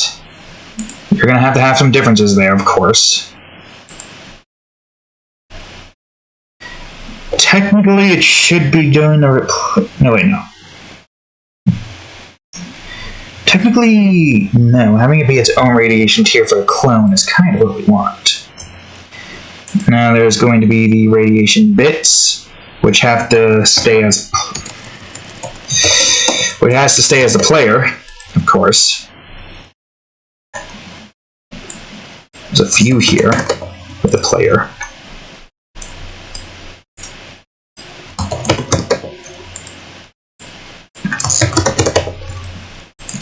Now, this is the one I'm not entirely too sure about, because there's so many things here that needs to be taken into consideration. Because if the player is not in radiation, the radiation recovery will start. Same with this. Alright, for the sake of making this easier on me, I'm just going to go on ahead and do this. Oops. Change this to clone. I don't even know if I have to change too much here. Like, let's see, how many is there to change? Not a lot. I could probably just take clone, copy that.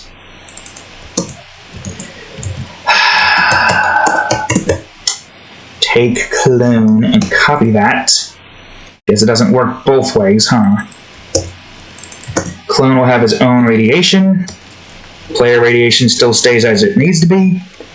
These need to be C all around. One more. You need to be C. You also need to be C. You need to be C, and I think that's the last C there is, maybe? No, we'll see. I need to grab you again, though. You again. There we go. Replace you. This. You know what? Oh, I already did that. Never mind. We were fine. Replace all these bits of the players with the clone. There we go. And on one final thing, change all of this to C. Capital C, you fool. Even after this is set, there's still so much that I have to do. Still so much that I have to do. Ugh, man. Alright.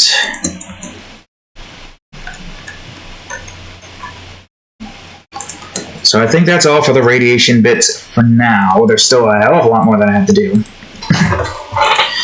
Now we gotta get this set up, which is going to be a little bit of a pain.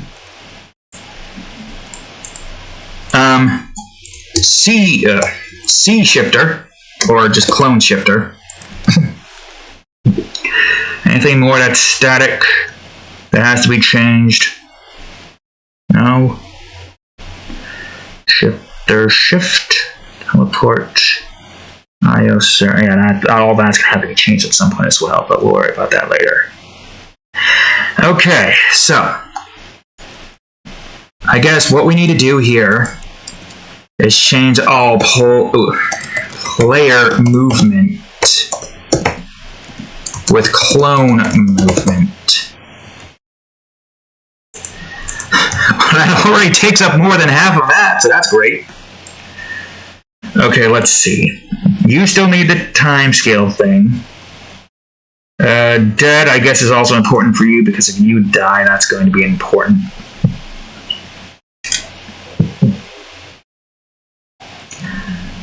Let's see. Well, actually,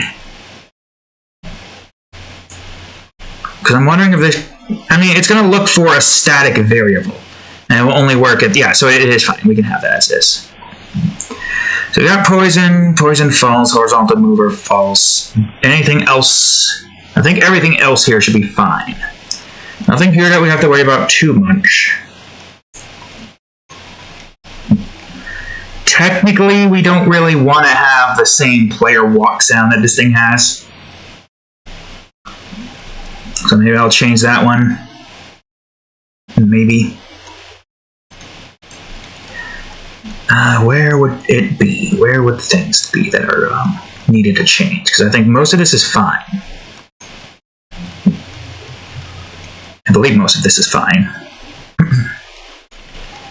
Ice movement, the clone movement, ice dead end, tar stuff, player.shifter.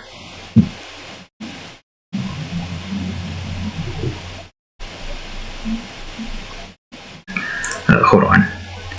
Does the shifter have some stuff here that we need to take into consideration? Well, we need to grab the shifter script anyway, so I might as well, right? Matter of fact, game object clone shift. You're basically the same thing. You're looking for a clone. The clone tag. Player shift equals true.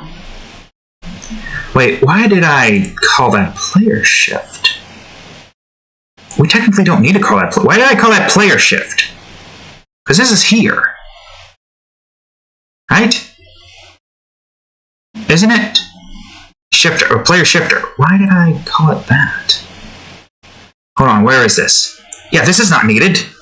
Why do I have it set like that? That's not needed.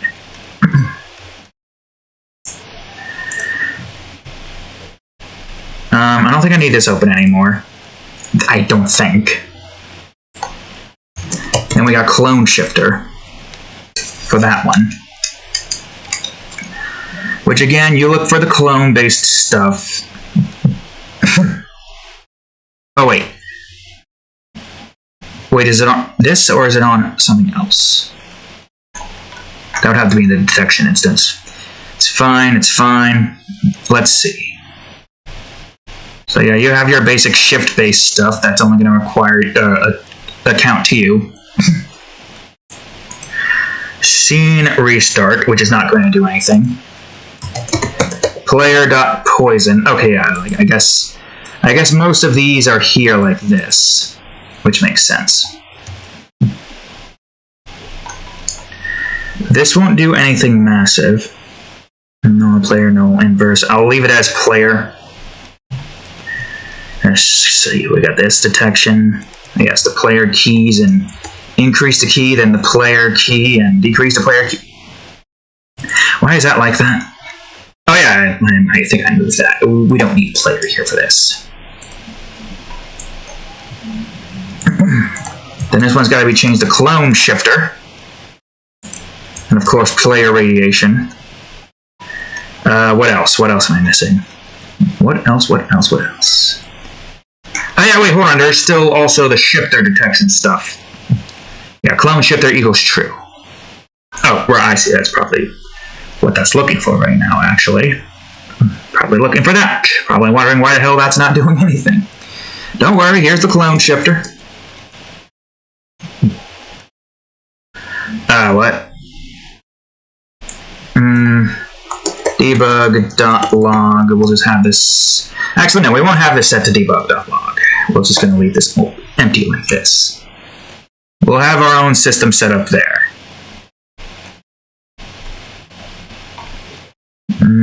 What am I missing? Show me what I'm missing. Open. Shift. Okay, we're missing a shifter. Where would there be a shifter here? That's the question. Is there... Ah, here we go. Yeah, I guess I should have figured as much. Boom. Ah, there it is. Clone shifter. Is that the only one there? Really? Oh, I guess technically speaking, that's preventing the clone from moving. Okay.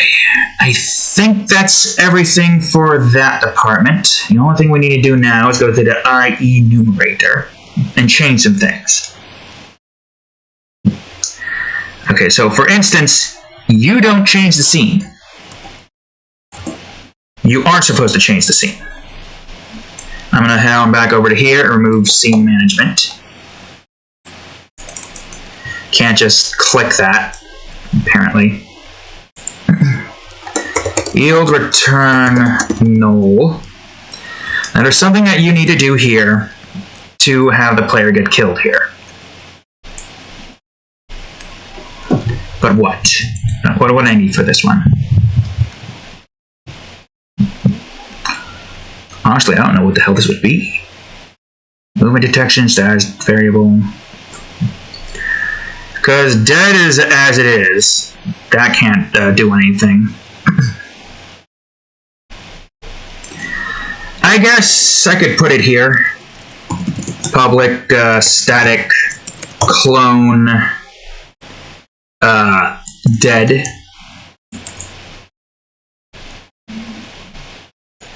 Bool Clone dead, of course. Can't forget about the bool. And of course, anytime that does its thing, clone dead equals false. Yeah, this is important. Where do I want this to be now is the question. Poison death, radiation death, clone death.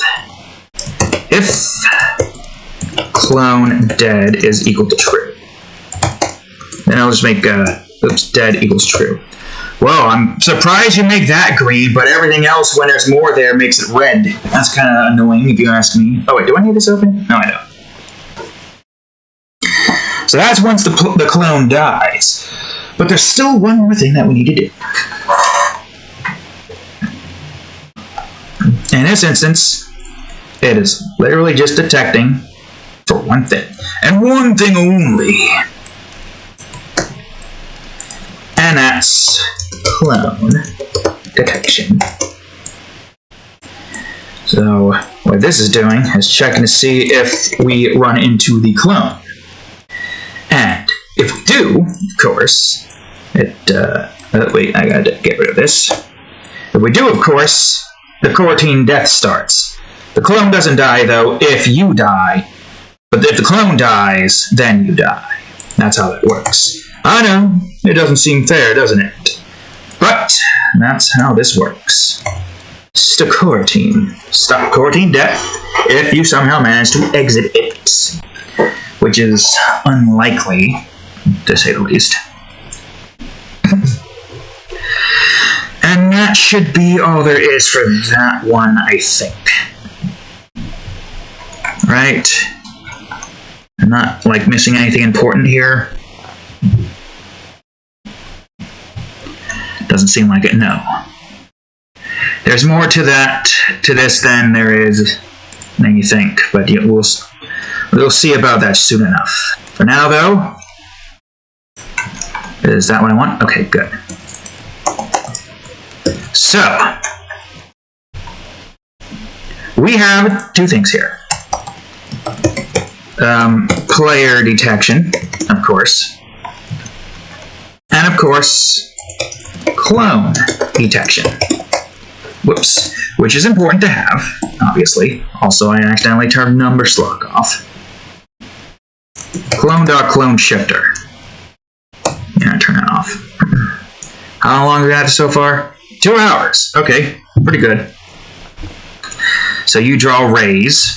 In this instance, you just gotta change all of this to clone dot clone movement.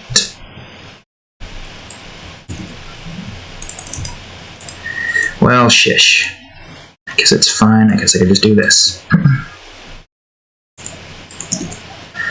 And this one is simple. Just look for clone. The clone tag instead.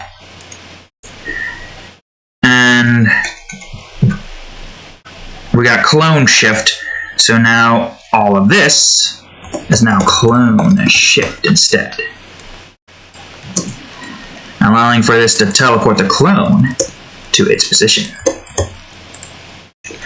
So clone shift, timescale obviously determining that, and hitting the clone tag.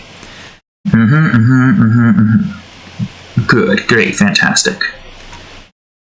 Hopefully. I don't know how well this is going to work because of a few obvious circumstances, but it's fine. I gotta go to the crate now.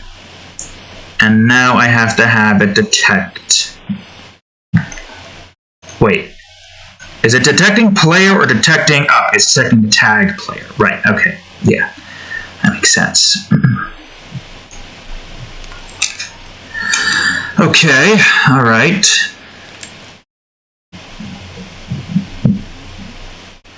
So... yeah, we just need to take this... copy this, just call this player movement, put this all down here, and have this one be clone movement. I think this is the only other thing here that we need for this department. I think. Of course, now we need to change this to clone.clone movement. Ensure that that's moving in the right direction. Like so, and like so. Is there anything else? Movement direction is its own thing for this thing. Detect the clone-based stuff. Move accordingly. Okay, good. Because basically he's using like the same system. He's using the same setup, so I don't see why it wouldn't work. Now, is there anything here that I'm looking for? Oh yes, right. I need to make sure that clone dead. Right, so player dot clone dead is equal to true. Make it equal true. So as soon as the thing dies, it just immediately makes that equal true and kills the player.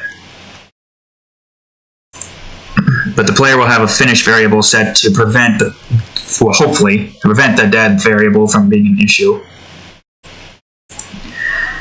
I mean, I guess worst case scenario, you'll return new wait for seconds and make it like 0.025f or something. To basically just ensure that it, you know, this runs first. Yeah, that'll be easier.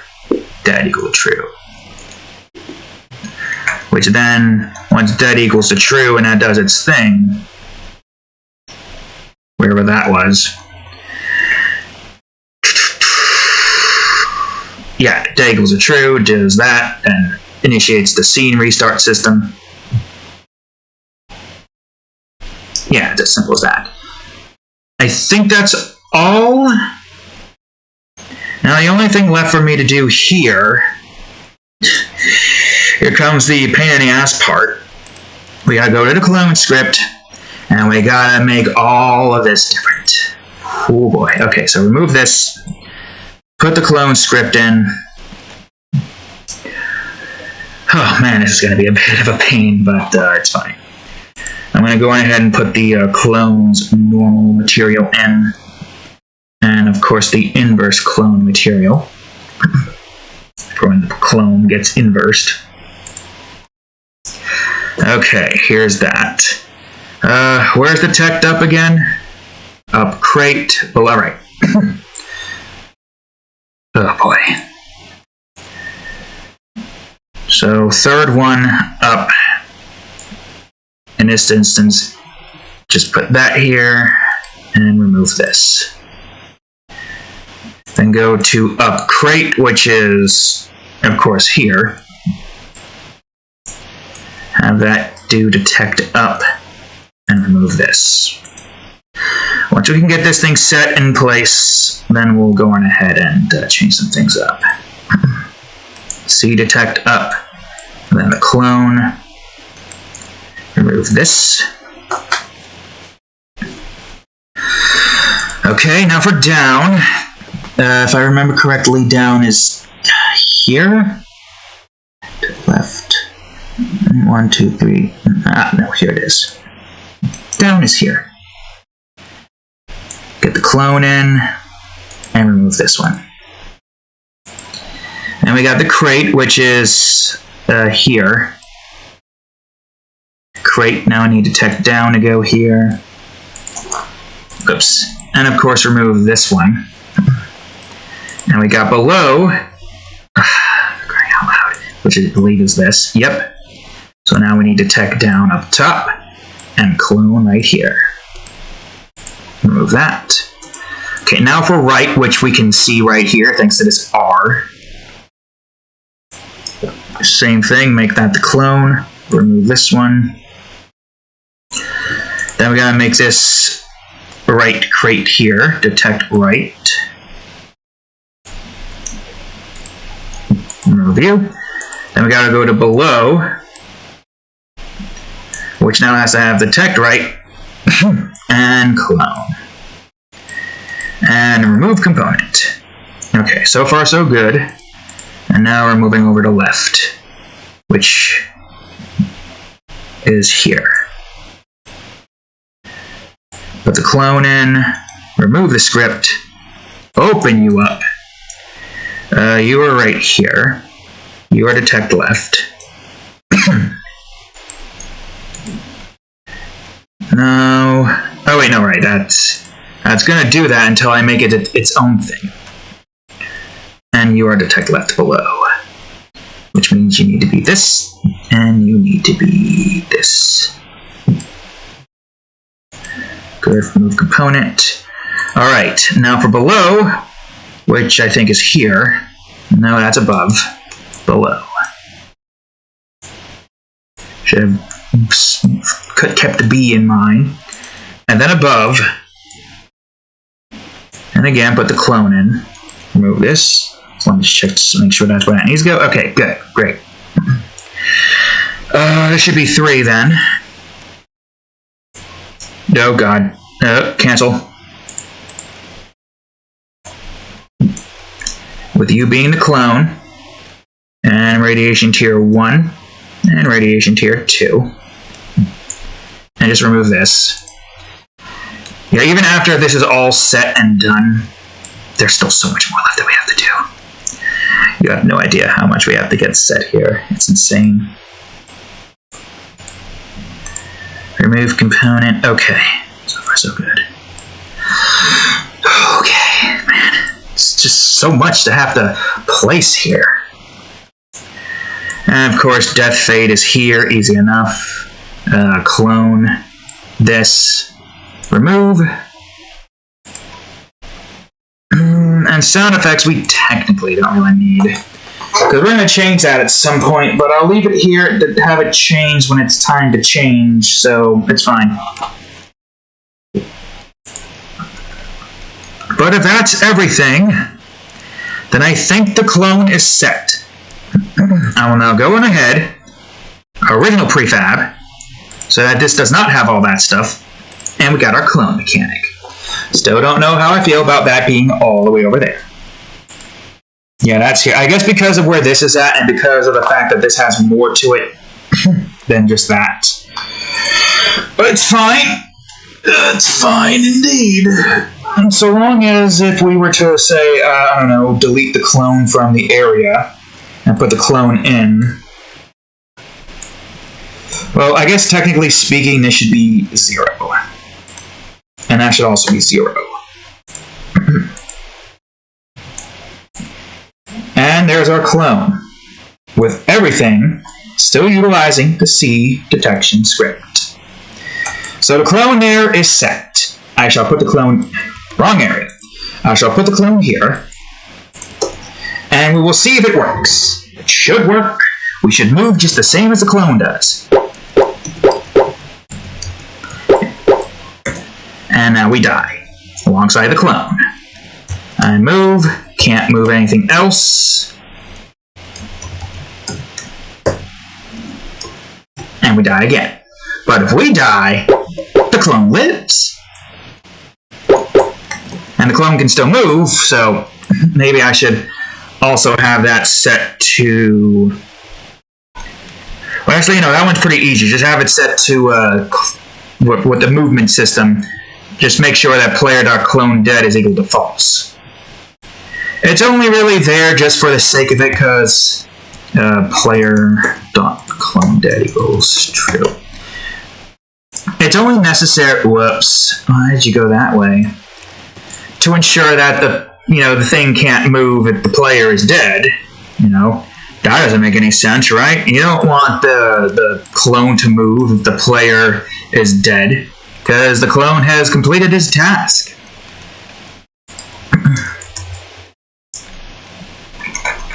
Wait a minute. Idiot, moron, nincompoop. It's is equal to false. Right. Could you not? It's supposed to be equal to false, because that's how it's moving.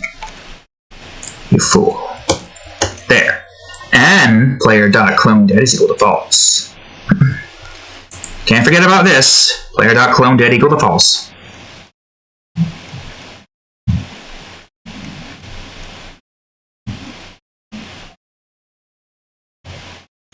Well, I guess there's still more, actually, now that I think about it.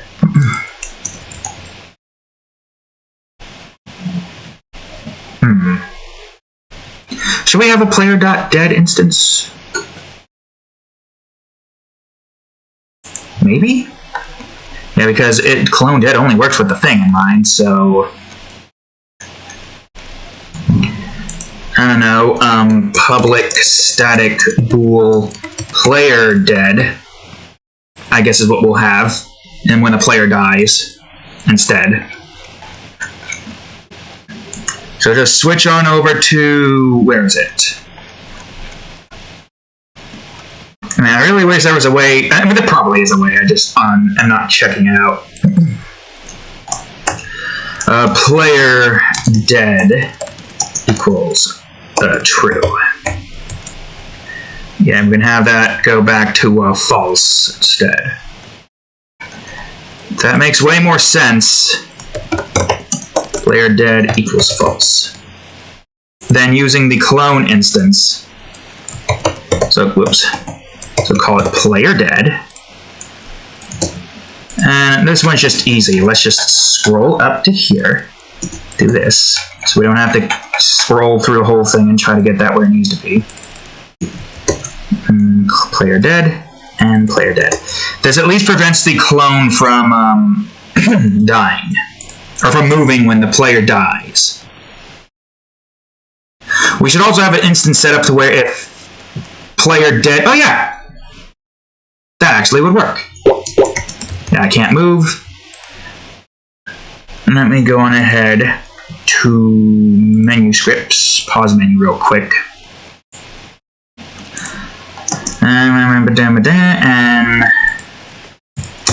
And player.dead is of course equal to false. Player.dead is equal to false. You know, do that thing. And we should have an instance here as well. Unpause game on death. If somehow you manage to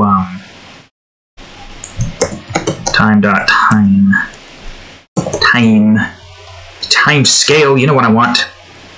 If time scale is greater or equal to 0, and player dot is equal to player dot dead is equal to false. Then just immediately make a time scale equal 1. It only true, I should say, not false. True. True. So if you somehow manage to die and press the pause button at the same time, and it pauses it, it will immediately kick you out of the pause menu and forces you to die. It will also prevent the player from pausing, in that one instance, when they die. So in this instance, I can't press pause. And now there is this, where the clone kills the player when the clone collides into the player.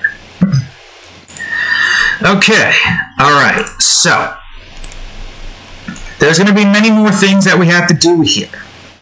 But I have time. I can show you some stuff, mechanics, that this can be very useful for. You'll see in a minute.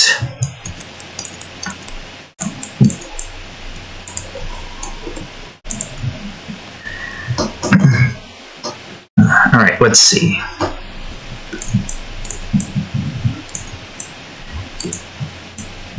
I'm going to create a relatively challenging course.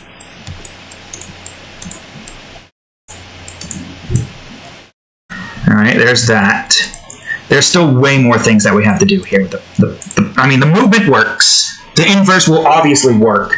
The only thing we have to take in mind now is the poison, the water, and the radiation as well as test to see if the crate movement system still works, which it should.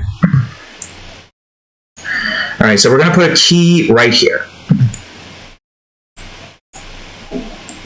Right here is where a key is going to be. I'm going to put a lava right here. What do you want, Cadillac? And a lock right here. I'm going to go put a vertical enemy now. B right here.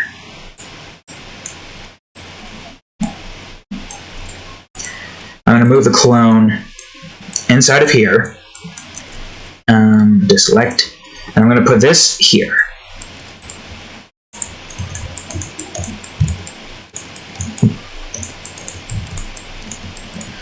And this is the part that's going to be a little bit tricky.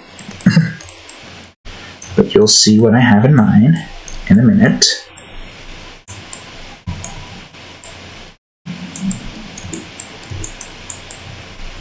Okay. Alright. Now let's back out and put a crate in the scene. I have no clue if this is going to be possible, but we'll see.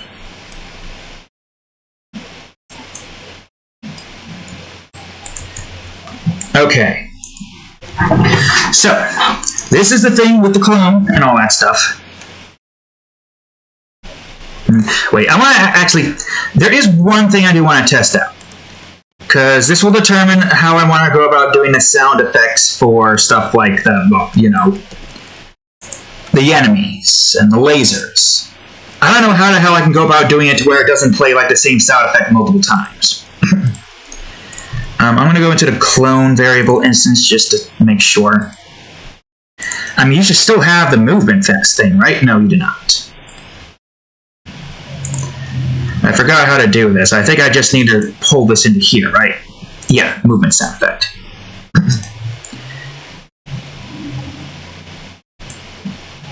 No, not the volume, you idiot.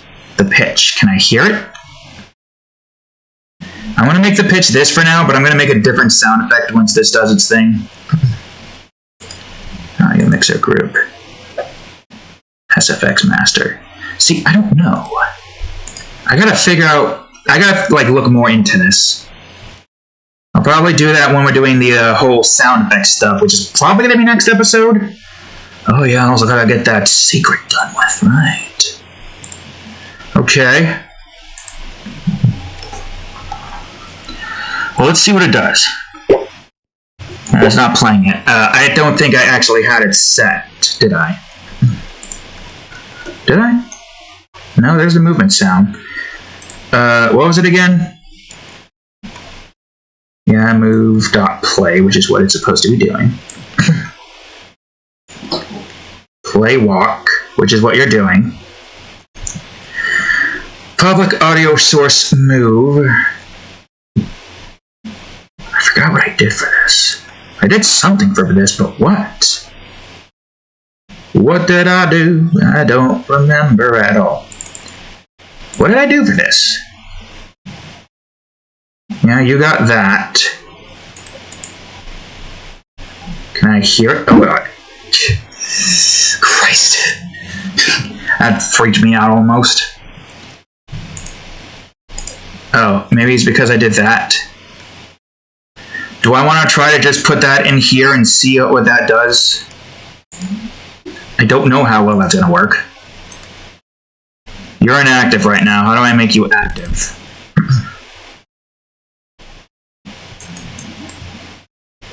Solo? B? I don't know what B does. Volume? Okay, maybe we don't do that. I think that's just gonna blow my eardrums out. Why is it inactive, though? That's what I want to know. Is that gonna do anything to screw this up? Or is it gonna work?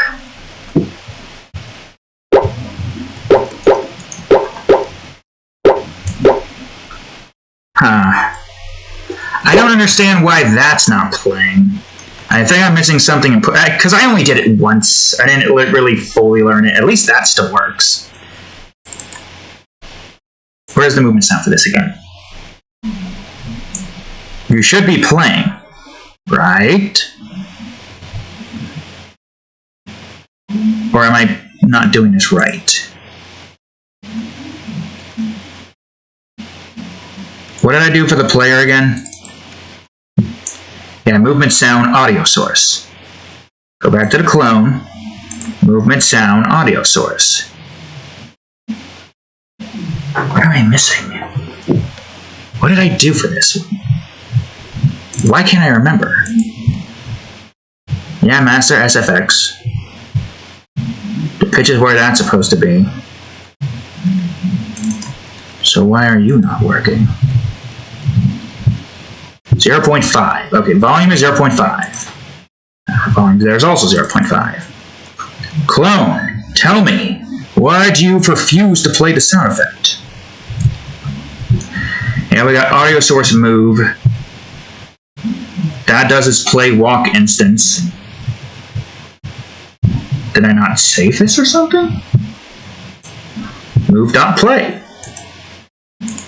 Basically just the same as the player here. What did I do here that's different?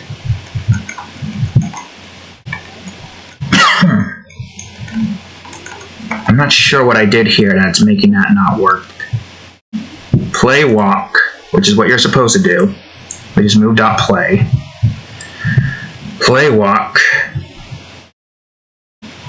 Yeah, so what gives? Because obviously everything still works. That works. This doesn't.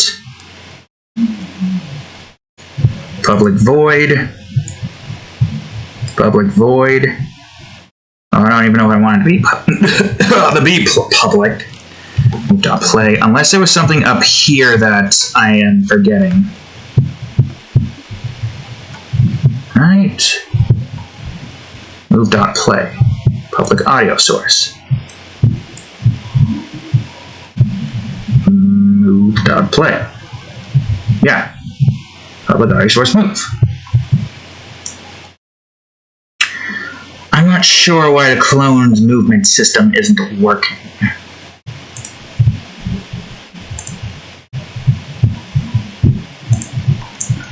Hold on. Let me look at this.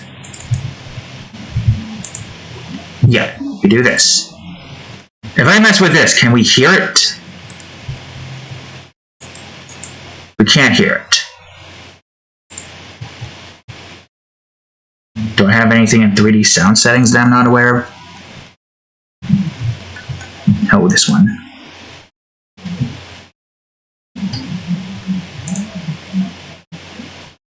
It's not on mute. What do you want, cat? Where did I put my audio? Ah, here it is. Let me try... Oh. Can I remove this? No. I don't want to do that. Player on awake. Let's see what this sounds like. Let's see if it even works. Player on awake. It's not working. Why is it not working? What is your major malfunction, son? I am at a loss as to why this isn't working. Alright, I'm going to remove audio source and I'm going to add in audio source.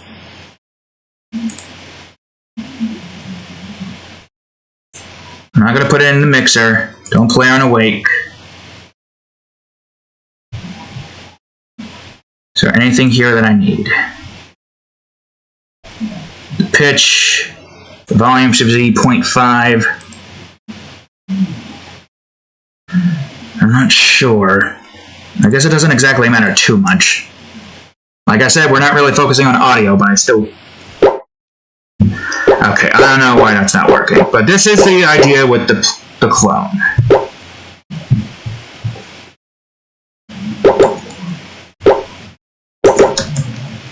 Alright, now that we're in the scene... Okay, we probably don't want to do that. So this is the idea with the clone. You gotta keep in mind where the clone is at. And try to figure out a good way to go about doing this.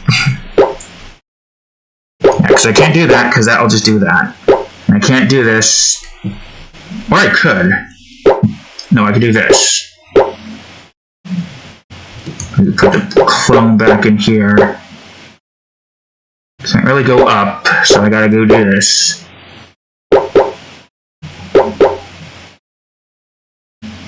Should be fine if I put you here. And now the clone can get to move around the environment like such. But of course, if the clone runs into the enemy, then you die as well as the clone. So we'll worry about the audio stuff later. That's not the main objective right now. But that's like one of the main mechanics that the clone and the player has to worry about.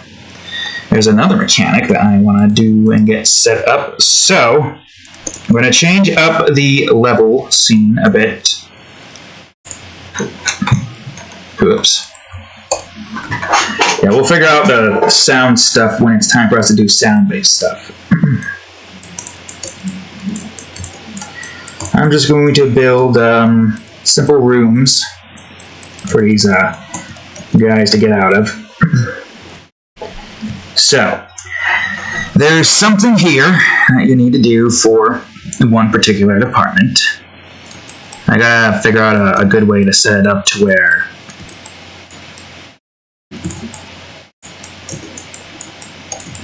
there's a few things here that we need to do. But you'll see what I'm going to have set up soon enough. Just the basics. We're not doing anything too massive.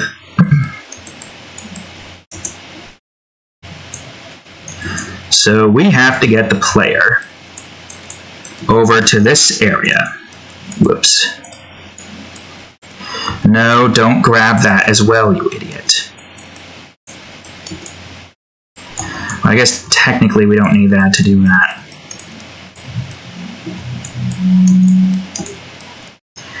Alright, so we got ourselves an inverse right here.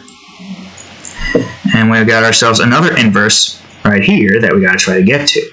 Now this is probably not gonna work yet, but this is an easy setup to have.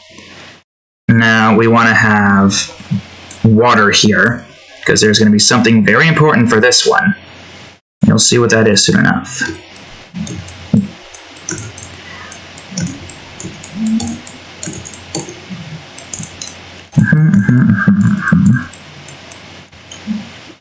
There we go.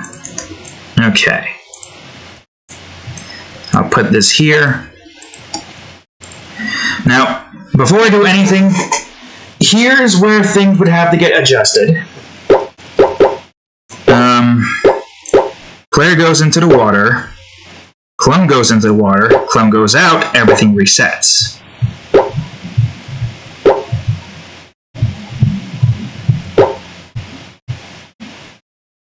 Although I gotta figure out why that's not fully resetting, but we'll worry about that soon.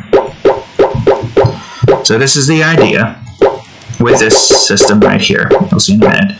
Also, the clone is able to get into here. So, well, this is not where this is supposed to go. Technically, actually, wait, hold on.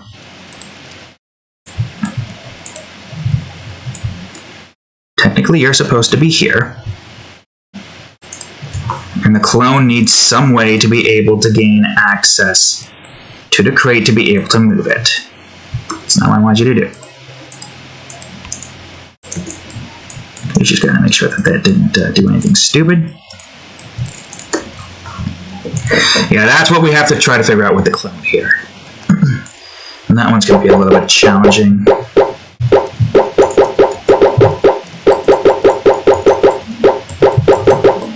Alright, now I need to get you into the environment like so. Oh wait, you moved? I am actually surprised that that worked. Oh, now I'm out of it. Okay, so yeah, there's more here that needs to be dealt with. Oh, and the fact that technically speaking, that should... Oh yeah, so there's still more here that we need to do, but you've got the idea. You're supposed to be able to move that, but yeah, here's the thing. With the way this is set up, and the clone going into it and moving that, technically, man, I don't know how this is going to work. Instead of having this, move there, I'm going to get everything set up here for us so that we can just get this done with easily. I got to do all the tests that I need to do for this to make sure that this works.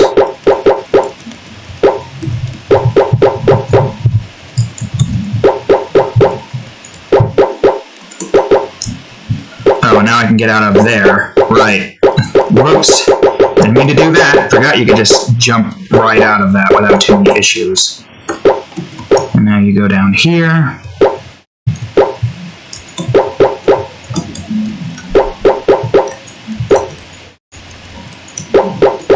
Yeah, that's still a bit of an issue for me. But now we can get out. That's essentially what that's supposed to be, but now the fact that he can move out of that without too many issues, or move, because I didn't think that would actually move you.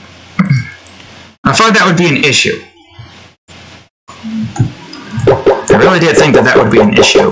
Okay, hold on, let me get the clone in there now instead.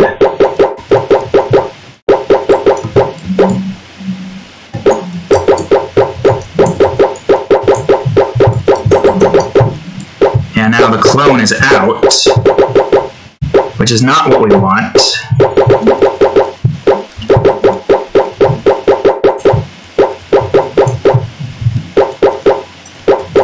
Oh, now it clones out again.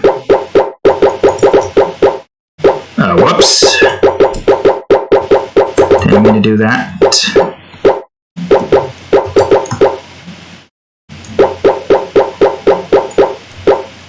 Yeah, now it clones out again.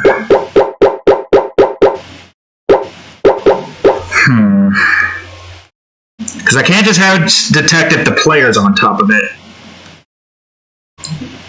What am I going to do here?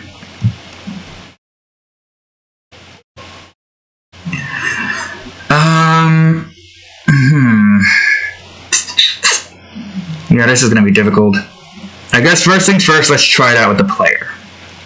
I thought this was just going to be as simple as, oh, it's not going to move because we're moving first. I guess what we could do is have it set to,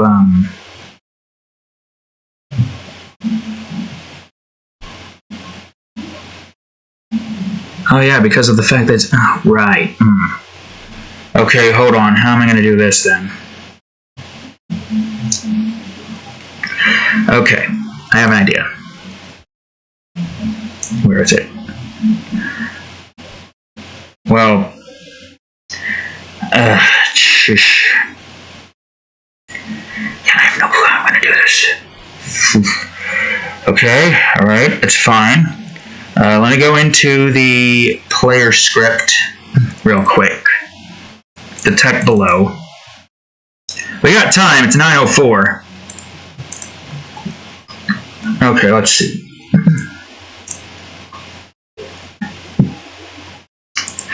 So we need to detect the crate down below.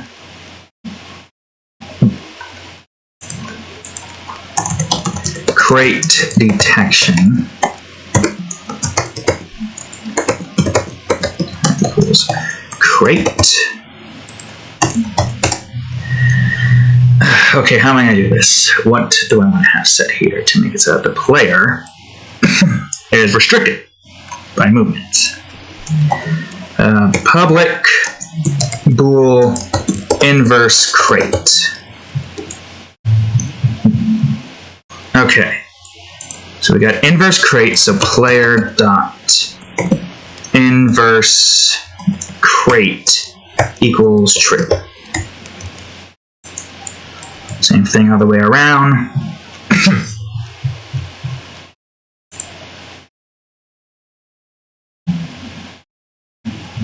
Where do I want to have that again? Right, in between those two. Got it. Then make that equal false.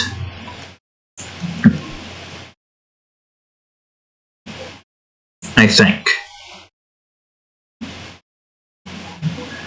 Oh, wait. Start coroutine.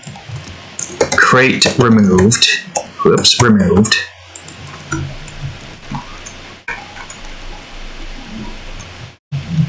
And of course, same thing here, stop coroutine.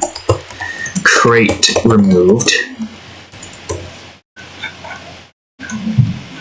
And we just have this to ensure that the player exits the crate. Crate. Or exit crate. So i.e. numerator, crate removed. We'll return new wait for second, same old, 0.025f. Again, I was hoping move. Nope, that's not it.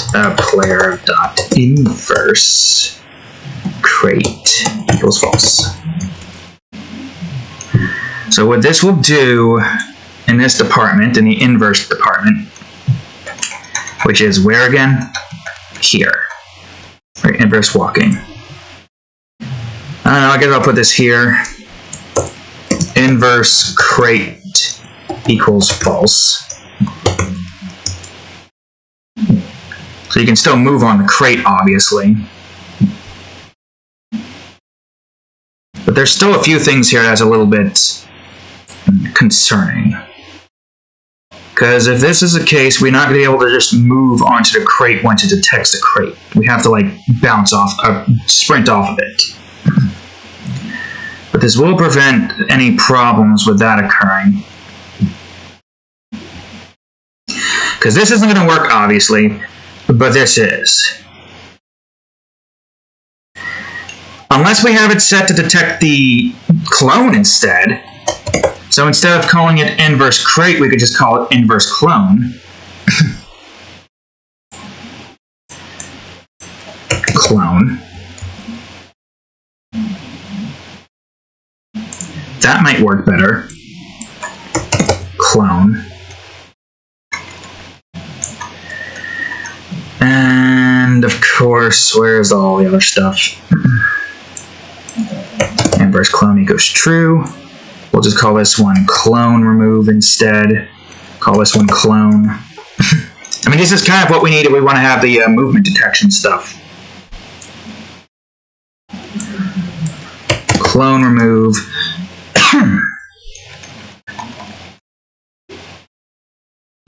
And of course, change this to clone.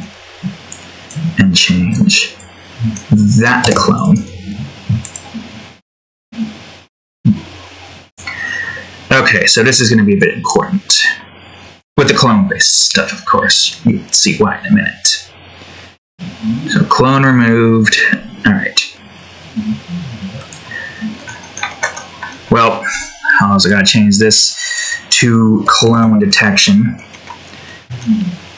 And this also the clone detection. So we got the clone remove, look for the string of clone, inverse clone equals true. Same thing with this, clone detection, clone removed. And then of course, well, I don't think we need that. Well, we could use two different types. Yeah, I could probably do that. Public bool inverse clone move, which will allow for the player to move when they enter the thing. And it only really needs to be there when it enters it. So player inverse clone move equals true.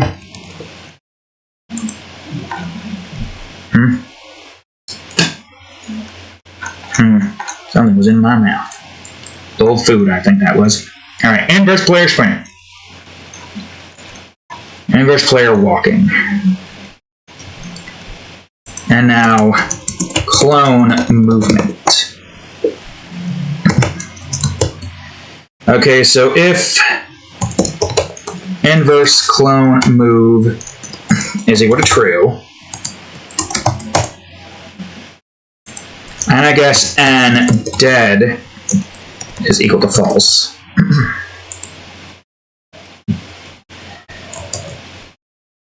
Yeah, because I'm sure... Wait, hold on. First, let's test to see if the player doesn't move. Because that will go in the way. I think that will prevent the movement system from doing its thing. Yeah, and the player will just keep moving until it gets to there. So here's what we need. Clone, wait. If clone.clone movement is equal to 0, then, what was it again? Transform.translate. Of course, in this instance is -1 and 0. No, wait, no. Positives up. And I guess also player movement. Actually, no, this is kind of unimportant because the player's not going to be able to move anything else.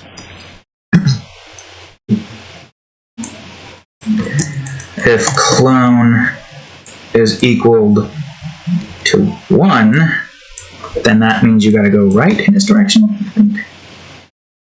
Yeah, left, right, and down. Yeah, okay.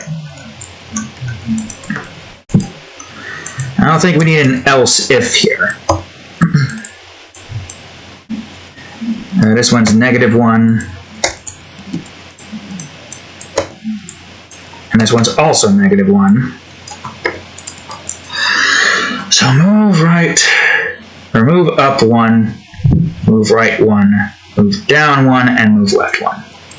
But only if the clone is there. There's more to this than just that. Okay, Jesus Christ. I forgot about that. Oops, nope, no, I don't want to play it again. I forgot I have to make it false. Okay, hold on. Don't worry. Inverse clone move equals false. I forgot about that tidbit. I knew I was forgetting something. Huh? Okay, that was a bit weird, but it's fine. Everything is fine. No need to panic room. Okay. So now that will make that go to false immediately as soon as it moves, which means we shouldn't go flying all over the place. Yeah, we won't make any movement sound, but you will.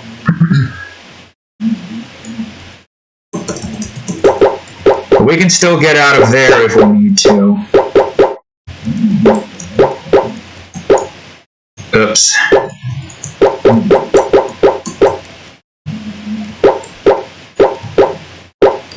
There we go. Yeah. Well, we still need something here to get the player killed once, you know, a wall is not detected. Which is pretty easy to have set up. We just need to have detect below, and thankfully this can only occur in that instance. I guess I should have figured that this was going to be a problem. Alright, I need a wall detection. Which in this instance, if other dot game object dot layer is equal to, what was it again? 7? And player dot inverse is equal to true.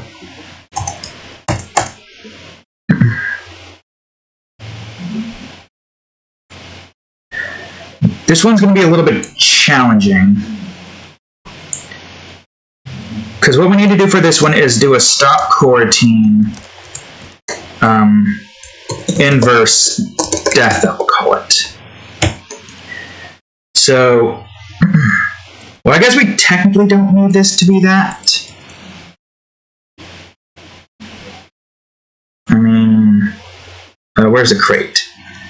This is the wall, right? Player movement, clone movement, wall, but yeah, wall is that. Good, great, fantastic. So this detects to see if there is a wall beneath, and if there is, then stop the coroutine that. And then there's the exit coroutines, which is important. Wall detection. If other dot employing object dot layer is equal to 8, 7. Then in this instance, start coroutine inverse death. And also we'll have an instance here that checks to see if player.inverse is equal to true, which will only allow for that to do its thing. And then we'll also have the same thing with the inverse death as well, which I guess we could put up top, I don't know, inverse death, i.e. numerator, inverse death, of course. So in this one, yield, return, new, wait for seconds, 0.0025f. If player.inverse is equal to true, then I think it's literally just, player.dead equals true, which is going to be necessary for preventing the player from not dying when he exits it. So when he exits it, it starts the coroutine. So once you've exited it, and inverse is equal to false, then this won't do anything.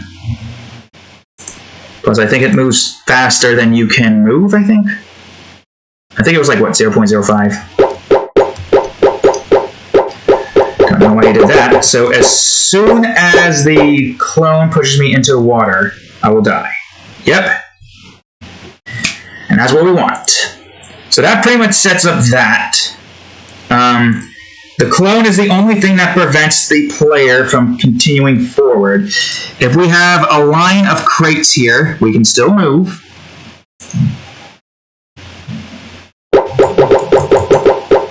Like so. We move just fine. But the player can move us out of the crate. And hell, the clone, I meant to say, can even get us to move in completely different areas. Like, now we can do this. Not what we need, but it's something we can do. Oh, that might be an issue, though. Okay, hold on. I'm going to do more tests here. Reverse. There we go. Reverse again. I mean, I guess we should still have basic movement, right? Whoops, didn't want to do that.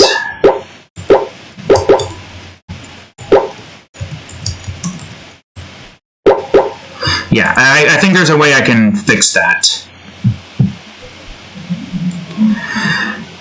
Oh yeah, no, there is definitely a way I can fix this. I just need to go on ahead and do a start coroutine walking.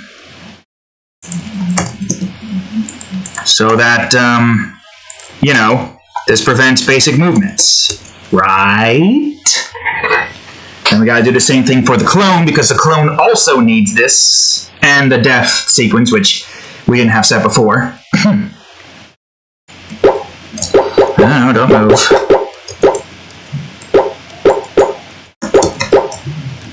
So now... no, it's still doing that for some reason. Unless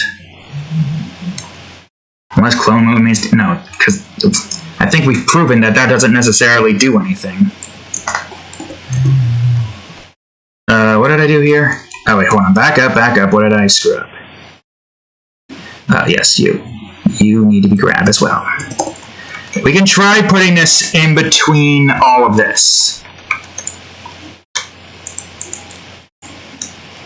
Although I think that's still going to be an issue. Well, let's just try it. It doesn't hurt to try.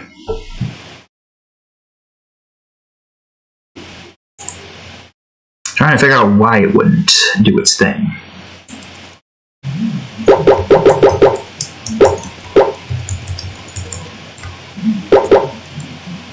Yeah, I still don't get it. Well, this didn't work, so I'm just going to put this back down here. Yeah, because walking is supposed to start that and stop you from doing this, right? Unless we also need sprinting. But I don't know why sprinting would do that.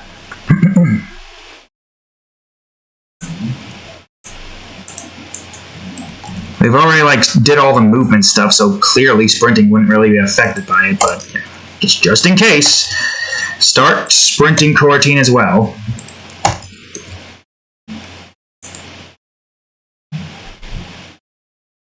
Yeah, because I'm holding the button down.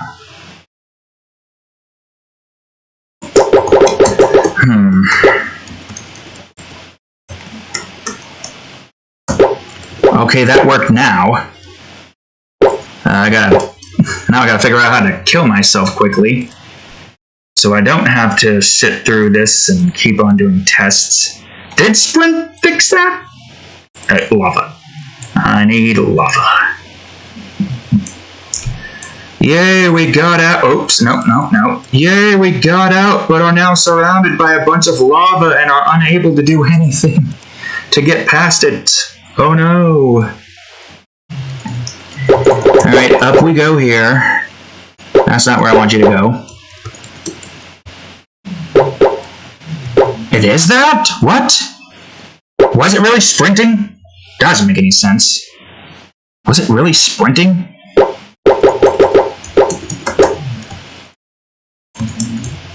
I would have never guessed that it was sprinting that was causing that issue.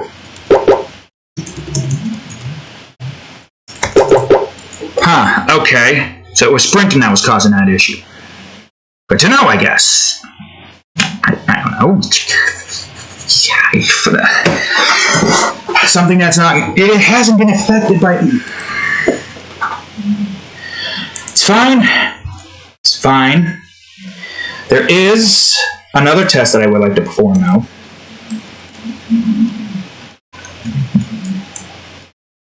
So... Oh yeah, there's also that one thing that I want to try out now that we've got the clone. I mean, there's still so many things I gotta get done with, but... As long as we got the clone system, right? Alright, yeah, inverse key. I'm gonna put the inverse key right here. Like so. I'm gonna put water in this area here. Prevent the crate from being moved in those areas. And water over here. Oh wait, actually, I got an idea. So, this is just like the basic of what we can do in this department. I'm gonna move some things around here.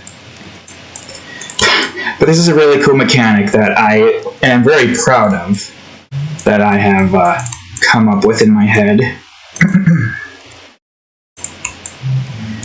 So, there's an area here filled to the brim with water. And you can only move in so many directions. And I'm pretty sure you can guess what I'm trying to get at here. We got a launcher. A launcher right here. One way. And it launches the clone to there. You have no choice but to go into there. There's just one mechanic that I want to show you. Now, obviously, with the water system here, this will, well, actually, we can probably adjust this a bit. Just get rid of all the water here. Matter of fact, I could probably just do this instead of having to do that. There we go. I guess what I can do is put a launcher here. And just put some drops. Yeah, I guess sure, why not drops. These drops will prevent you from the clone from being able to move you into here. At least into here. Moving you here doesn't do anything because that's basically that. Nope. I forgot about you.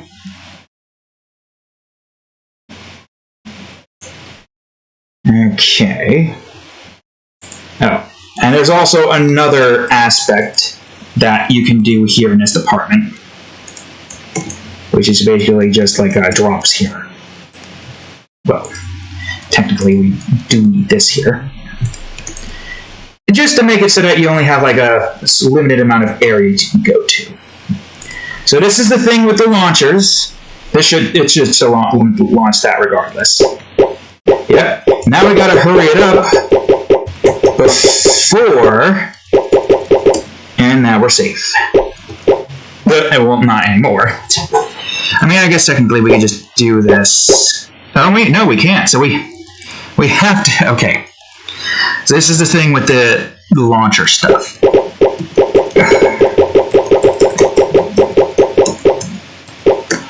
And now we're safe. Look at that. That's going to be a very stressful moment. So, that's just one thing I wanted to show you. I'm going to still leave this here, and I'm going to just have this play out as such. And I want to show you another, technically I got to move this out of the way. Technically that should be moved into there and not onto there. Like we're doing an actual level. Oh, right, we are doing an actual level. Okay, well, you'll see what I mean now. So this is what can happen if you go into this without that. You just die. The clone pushes you out of the inverse. God, now I'm curious to see if I can do this. So you gotta move this as quickly as you can. Oh, guys, I even enough time? I don't think with my broken W key I'm gonna be able to do this with ease.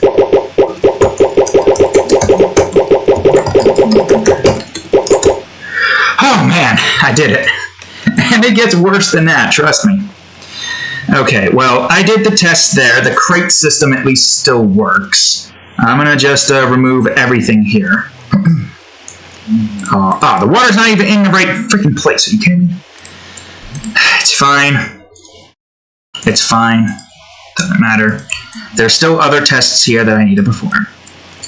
Like, now I gotta put the player here and the clone here and see if the clone can get its fix.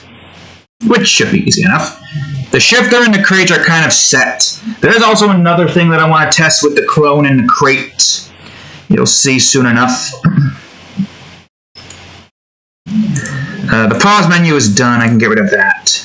These are the only two things that we need. So I need to go into the clone detection script and go to detect below. And now I need to have... not that one. I need to have this one. Placed in the clone script thingy. That's restrictions, right? Yeah. So we change these to inverse player and inverse player movement.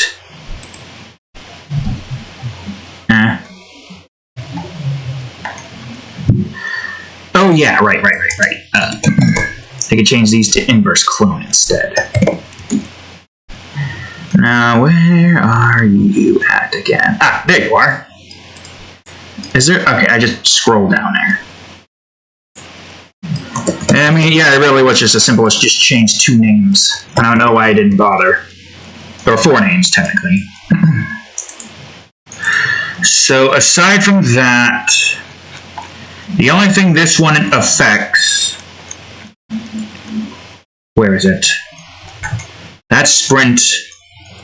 Yeah, the only one this one affects is this. Which I gotta change this to inverse player. This is it? No, inverse sprinting, inverse... okay, here it is. I think here. And check to see if inverse player is equal to false. Huh?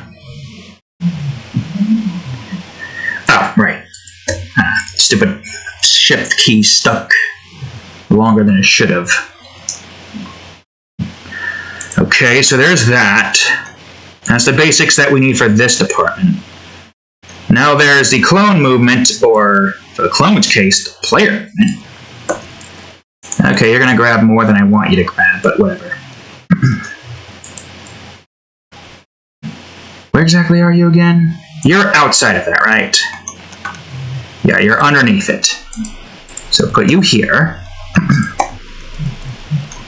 And don't you worry, I will be changing you out. So inverse player move.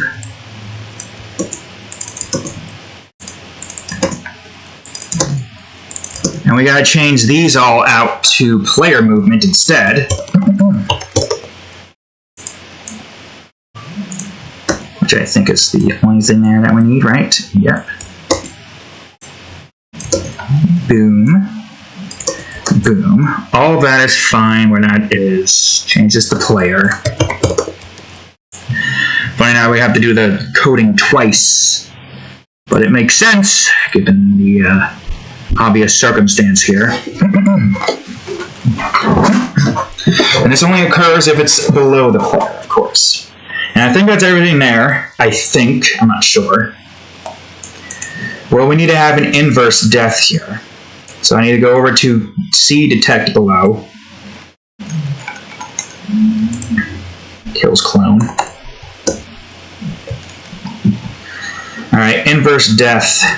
We have clone inverse, and clone.dead equals true. Now I need to get all the other bits and pieces. Wrong one, detect below. Let me move this over here actually. So this one's pretty easy. Just copy that, paste that where that needs to go. Change this to clone inverse. And then change this wall detection.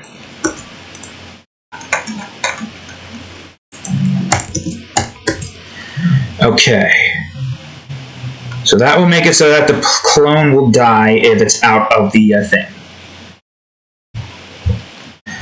To which I should have poison. Not poison. Water. To truly test that. Well, I guess we have that to test out as well. I'll just put water down. Yeah, and water is also going to be a little bit tricky for us to set. So just put a water block, doesn't matter where. Put it there. Oh, what? Oh, wait. Hold on. Wait, actually, what? Huh? Excuse me?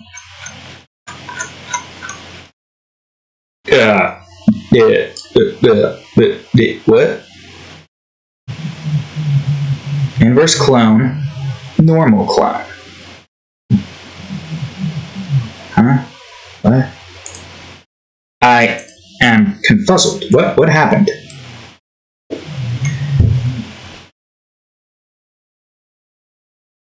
Normal clone, inverse clone.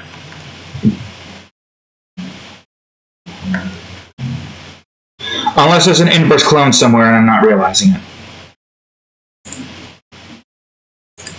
Okay, let's see. Stop inverse death. Clone detection. That's the wrong one. Go over here. Inverse death. Oh, wait. We don't have clone detection. Right. I forgot about that. Where is that? Underneath here. Okay, easy enough. In this instance, we need player detection. I still feel like I'm missing something here. Change this to player. Why are you saying true when... Oh, wait, right. Wait, huh? Wait, why is that saying true? Is that an... I don't remember. Is that an integer? Was that an integer? Inverse player? Or inverse clone? I am confused. Oh no, just... Oh, right, that's why. Because it's material. And now we need the other clone detection.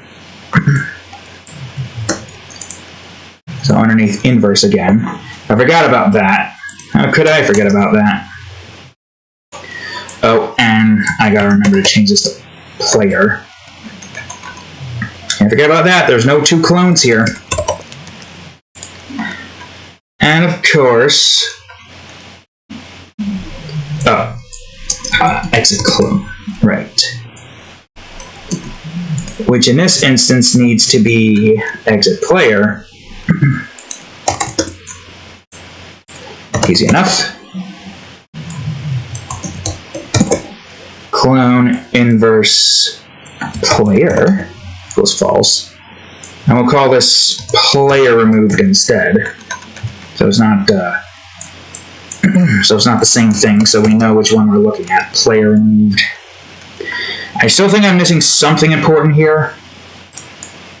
Whoops. We'll see about that in a minute. Let's just see what's going to happen. Are you going to change to that? Or are you going to change to something else?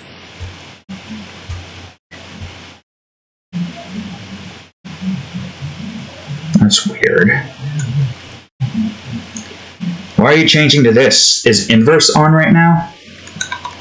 Okay, hide this. Go to the clone. What's the matter, clone? Wait, why is that not showing that? Hold on. What the fuck? Well, yeah, why is that not showing that? That would probably explain why the movement's not working. For some strength. Oh, wait, right. I see what the problem is now. It's a rather simple problem. Although, I don't know why it turned pink. I think pink just means that it's missing textures.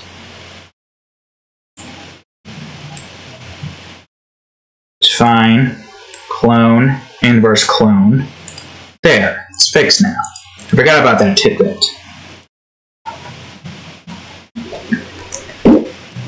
Oh, you work now. Nice. Okay, I don't know what I did to fix that, but, you know, cool.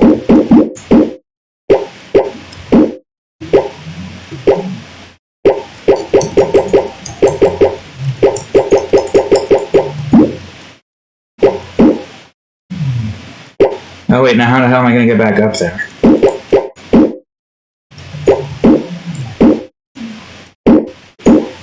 Man, working with clones is such a pain in the ass.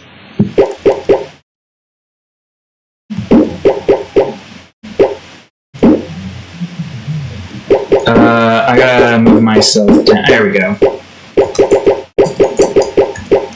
Oh yeah, and I die too because of that. Yeah, forget that you can die as well. Easy thing to forget, you know. Okay, I don't know what I did to fix the movement system, but it works now. I don't know what I did. I did something. Alright, cool, great, fantastic. Let's get a lock in here now. Just because... Oh hey, it's in the right spot. It's directly in the middle. Also, okay, hold on, let me go to... I mean, it does say something about priorities. What does priority mean? Low priority, 100? What does that do? See, there's going to be a different sound effect for this. Oh god, it sounds like Pac-Man. That's strange. High priority? Oh, I see, right, of course. So it's 128, so what about, I don't know, 155? Because priority means that it, I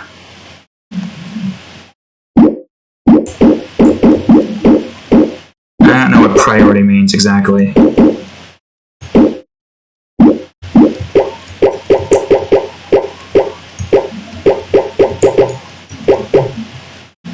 Oh wait, right, I couldn't do it a test because of the... Right, okay. Well, 128. I don't know, make this like 25 or something? I mean, we're going to be doing sound differences here when the time comes.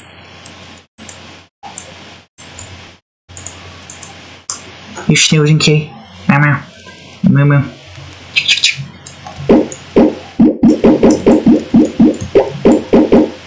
Yeah, you move that, you die. Okay, good. So it seems like the crate movement system now works just fine.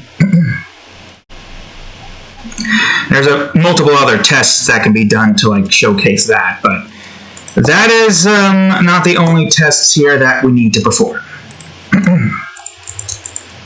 So, we don't need to build an actual course for this one. Also, where the hell is the wall? The original wall. What the hell happened to my wall? Did I delete that accidentally? It's fine. So here's where things are going to get a little bit tricky. So, here's poison, right here. Poison needs to be activated on certain instances. Well, I guess first let's do this test and see how the poison affects us. Double the poison. Now, if I do this, yeah, it disappears, but that's not what we want. Now, double the poison is what we want, though, because you're both sharing the same poison. There's no poison feedback loop, thankfully. So this is the thing. This, and that's not supposed to reset. So, this is how we're going to fix this. Since we can just grab like static variables from script on active, I can easily have this set up to here. So we're going to have a public static bool called player poisoned. And we're going to do the same thing for the, what do you call it here? This, which is going to be important for this one. So public static bool clone poisoned. What you looking at, cat? Just lifts her head up slowly to look at me. Okay, so this is going to be important. So first things first, we need to have it set to where we go inside the poison. All right, let's see. So poison detection, right here.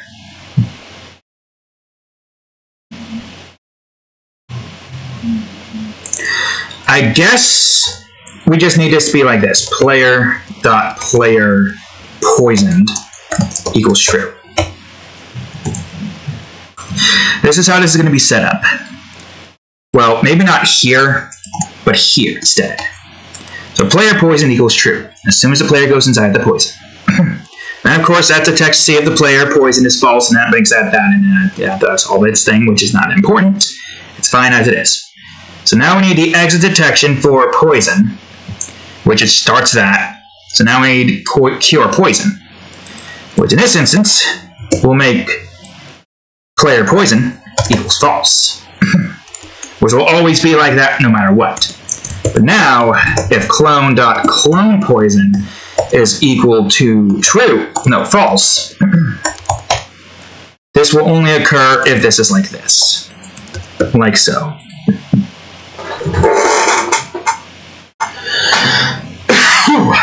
I also gotta hope that that resets as soon as that does its thing, and it does its thing after that.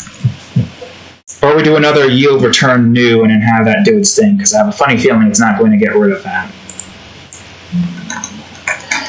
Alright, so the clone's in the same instance. Detect poison. Clone.clone poison equals true, which is going to be important. How long have we been at this so far? 3 hours. Okay, makes sense. Then we need a poison cure again. Where is it? Ah, here it is. Where it makes this false. If player poison is equal to false, is equal to false, you fool. Well, technically speaking, this can be out here. And the same with the player. It's just poison's the one that shouldn't be reset.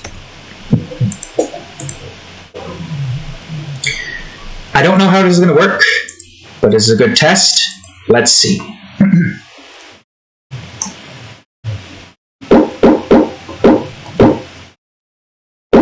And that will kill us. Okay. Now let's go around and see if it works the other way around. Okay. And of course, because poison is that, because technically speaking, you both share it, you both are going to die from poison overdose. Same with drowning, you're both are going to drown, you're both going to melt, get radiation poisoning.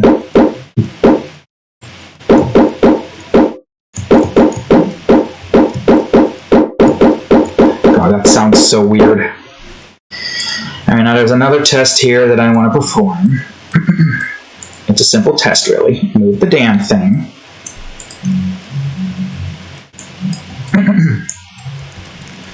Oh wait, it would have to be here. I'll leave that there just as well.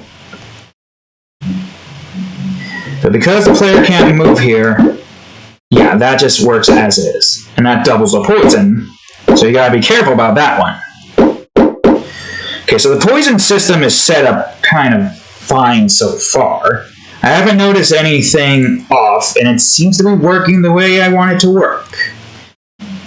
I think we did all the tests that we needed to test out, right? Yeah. Okay, so tests complete for the poison, but now for the water, which is going to be a little bit tricky. I have no clue how the hell I'm going to do the water.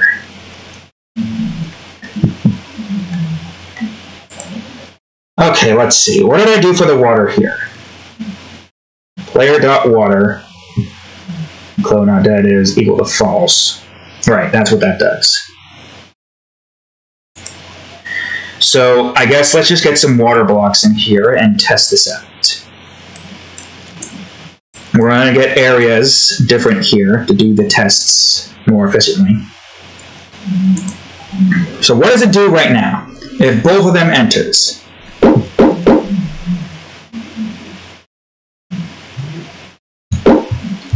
Okay, weird.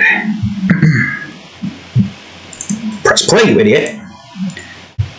Huh.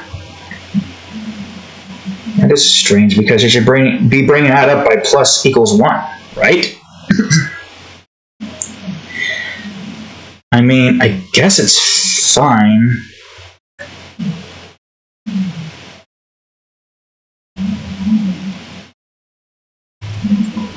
Okay, well, let me see the clone for a second here. By the way, there's still tests here I gotta perform. What am I doing? Go into it like so, it acts normally. Go into that, that goes up. 1 Mississippi, 1 Mississippi, 2 Mississippi. Okay. Weird. Because this is what happens. I'm gonna move this here now. I mean, it's fine if it goes up like that, but at the same time, why is it not going up?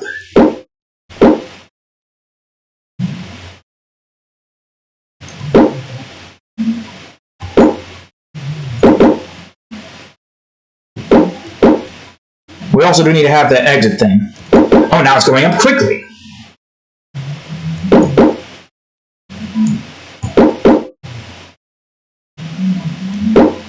But the clone isn't in water anymore. What is going on? I'm not understanding why that's going up quickly as soon as we exit. Now, let me see something for a second. Where is water remove? Real quickly.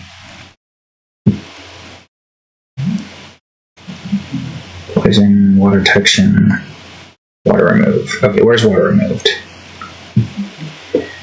Yeah, there's water removed.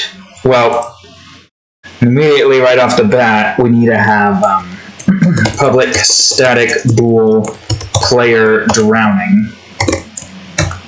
That's the wrong one, that's a sound clone. Same thing for you. Public static bool clone drowning. I know what I can do to stop it from doing its thing. Yeah, because all of the drowning stuff occurs in here. So now I need to have an instance set here where is it? Water detection, okay. Player.player drowning equals true. That does its thing. Same thing with the water remove. Or exit water. Player drowning equals false.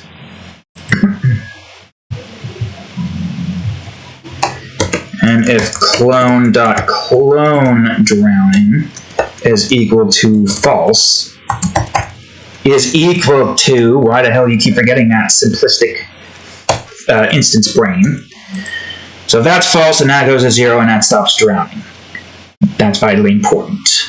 So player goes in, drowns, goes out, stops drowning. I mean, it seems simple, right? With radiation, I have no idea how that's going to go. Radiation's going to be a little bit tricky. Alright, clone.clone drowning equals true. Of course. Gotta get the vice versa.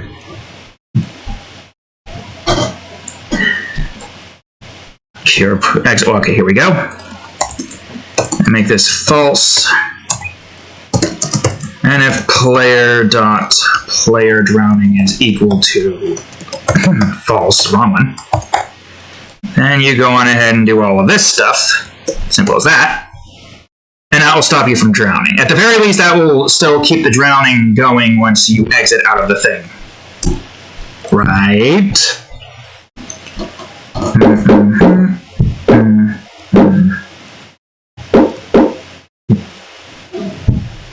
That is weird. And now it's going up normally. Huh? Maybe it's because it's stopping its own drowning sequence? Or not? What? I don't... Right. Christ. Okay, I get it. You don't have to freaking be loud in my ears. Jesus. So somehow, the clone preemptively stopping the drowning and going back... Wait a minute. Oh. Wait, hold on. Yeah, because that only does its thing once that is equal to 0. What? Huh? What? What?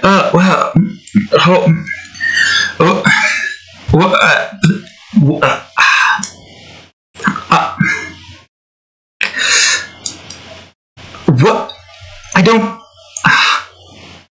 Because it's like it's starting drowning again, but it can't start drowning again because water is not equal to 0. Huh? What? I don't get it. So me putting in this thing over here to not stop drowning, right over here, this thing's drowning, somehow works. And I don't know how, but somehow that is only going up. I mean, I guess that's fine, because that means no matter what, you get 7 seconds. I don't understand why it's not going up twice the amount. It should do that, right? Right? I don't know. Huh. This is strange. If I want to make it go up twice the amount, because you're both sharing the same poison capacity, you should be sharing the same lung capacity as well. I guess because one of them is going in first, which causes that to do its thing.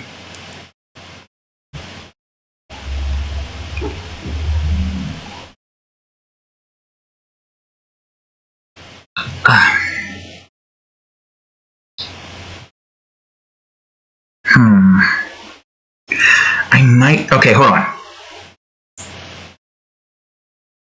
Yeah, because drowning... There... Okay, hold on.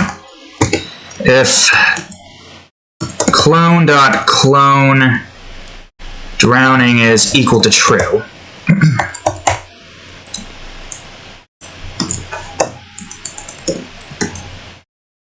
Right. Because you won't be able to remove yourself from the drowning, and you want to be able to restart the drowning if we want them to share lung capacity, that is. We can do the same to the player.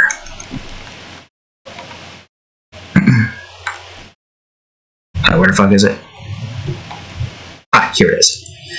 Same thing here. If player, whoops, dot player drowning is equal to true, is equal to true, and of course do this. So water equal to 0, that brings up by 1 no matter what.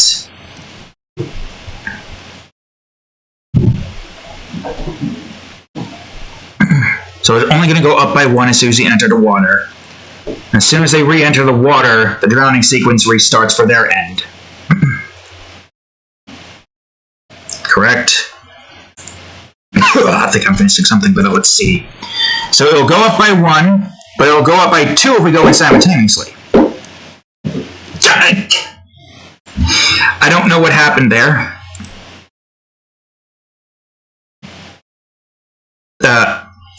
Oh, I see what happened.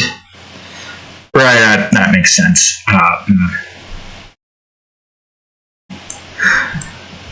What if I move this in here? That's not going to work either. Okay, we could have a cooldown. Well, I guess first things first.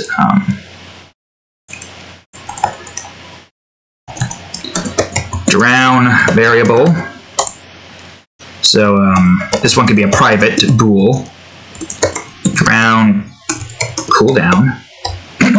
Yeah, drown cooldown. We can do the same for the player, so that we don't just immediately die as soon as we go into the water, because that affects everything. Alright, so there's our drown cooldown. I just passed it. Where is it? Here it is. And that's equal to that. And drown cooldown is equal to false. Then drown cooldown equals true.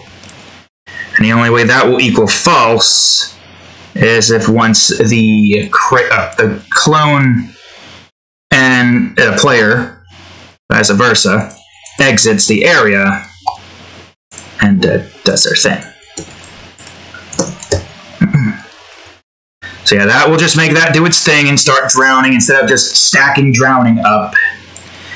And now in the exit water instance,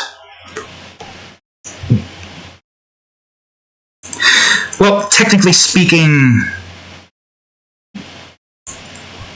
this will just make drowning equal false, the cooldown for it. So as soon as you enter it, no matter what, it'll restart the cooldown.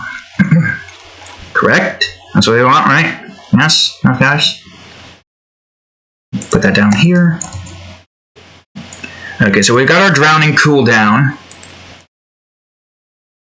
So now that means this should work. Right.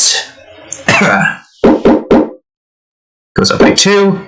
Still go up. Oh god, still going up by 2. Oh yeah, I guess technically speaking, as soon as you exit it, it should stop drowning you. Right. I forgot the fact that that's only supposed to stop the water from resetting. Right, how could I forget? Which raises even more questions on why that was working so perfectly and not bringing up like twice the amount, since we both exited at the same time. Whatever. Or maybe we didn't both exit at the same time. Don't worry, cat. They're just closing the door because it is wind. Cat just woke up and was like... And just goes back to sleep. Goes to 2, stops drowning, goes back to 1, still drowning. Drowning, restart. You're getting some air, but you're not getting enough air to not get destroyed.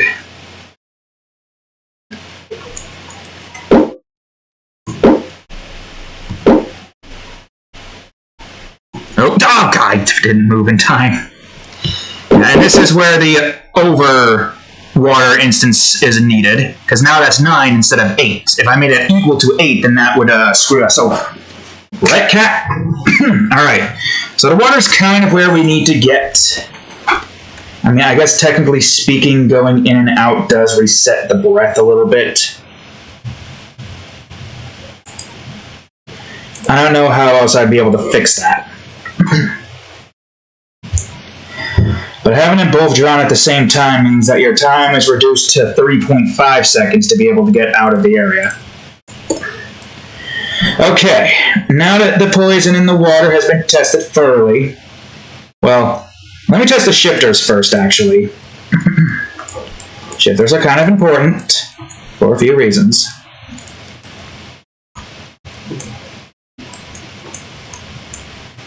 Because it is going to be used a bunch in the later levels.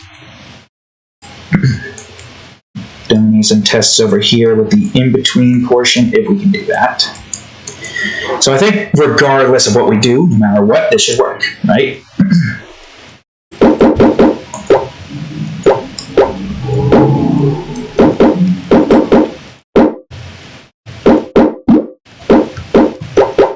Oh god.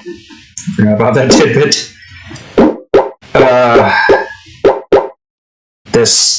Let me restart and get us on track. Trying to figure out how to get ourselves both on there. Man, I do not envy having to do all the, what do you call stuff. Okay, so that's going to be an issue. The only way I can see that working is if I were to make the... Yeah, because that's going to be a problem. If I made this... Okay, what's the shifter again? I'm going to go to the shifter's instance real quick. The raycast for the shifter is 55. Which I believe is over the crates 5. So should the raycast be higher? So the raycast be 75? Should it take high precedence over everything? See, now this is the one I'm not sure of, because we still have to move through most of it. Yeah, it's still doing that. And that's still moving now. Oh yeah, because we're there, we can't move back and forth. That's going to be an issue, isn't it?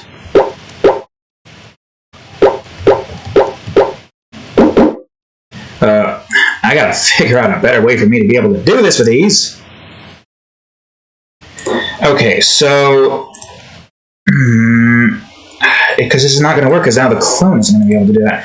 Unless there's a way I can have it set to where somehow the player ignores itself?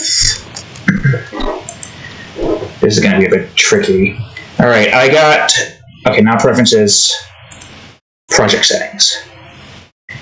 Okay, take me to the preset. No. What was it again? Physics, that's what it was. Well, the player needs raycasting on. Because this is what happens if raycasting isn't turned on for the player. Which is here, correct?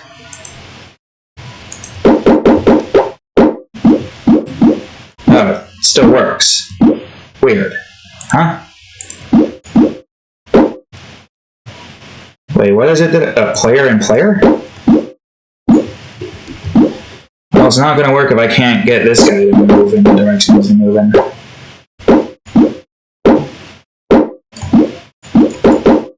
I really should get a death sequence here or something. Yeah, this is going to be a bit challenging. Trying to figure this out. I'm going to move this over here. I know this is going to work at least. Well, maybe you should go here. Because that's not in the way.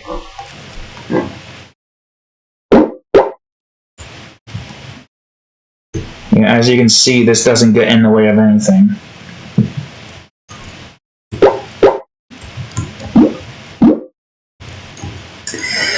I gotta figure this out. And obviously, that will get you killed.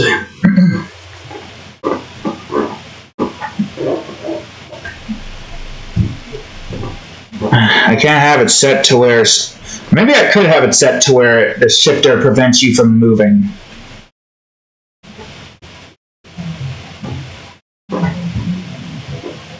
I have no idea.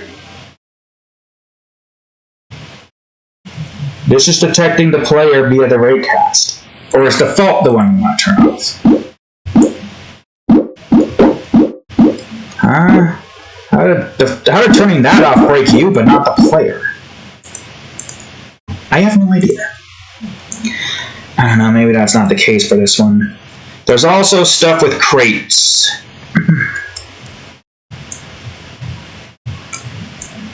So say if I were to move this crate inside of this. I don't think it's going to move us now because I made the... Oh, it moved the crate. Never mind.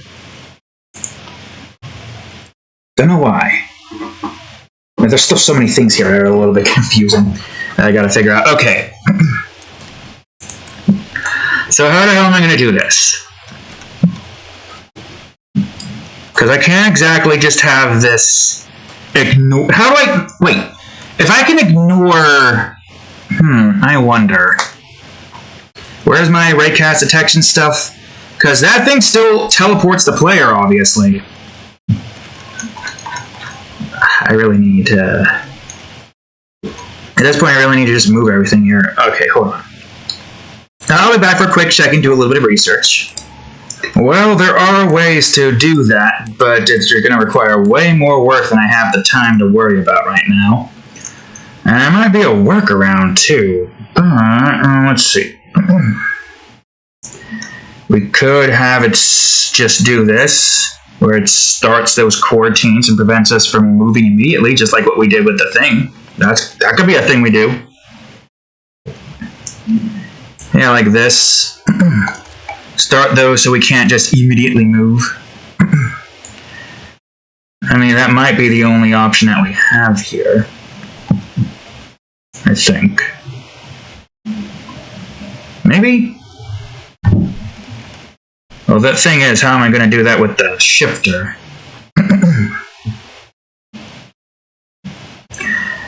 Unless instead of this, because this is all an update. Well, actually that might be better. Hold on. Start coroutine. Shifter up, I think will work.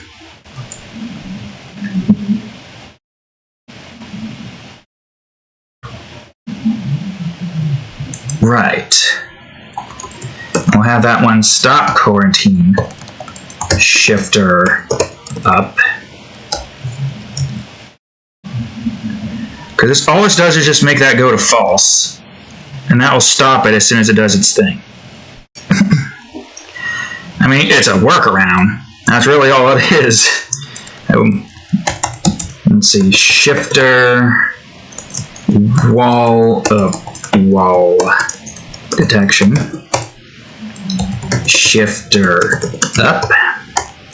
Yeah, sure, why the hell not? IE numerator. Shifter up. Assuming that's not occupied by anything. Of course, the whole yield return new instance with the whole wait for seconds.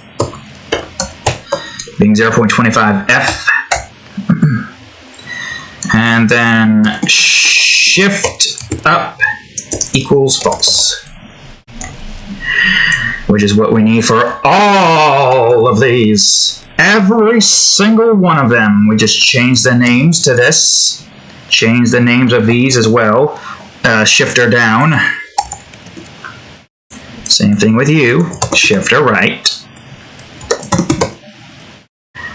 And shifter right. This is the only workaround that we have, but it'll have to do.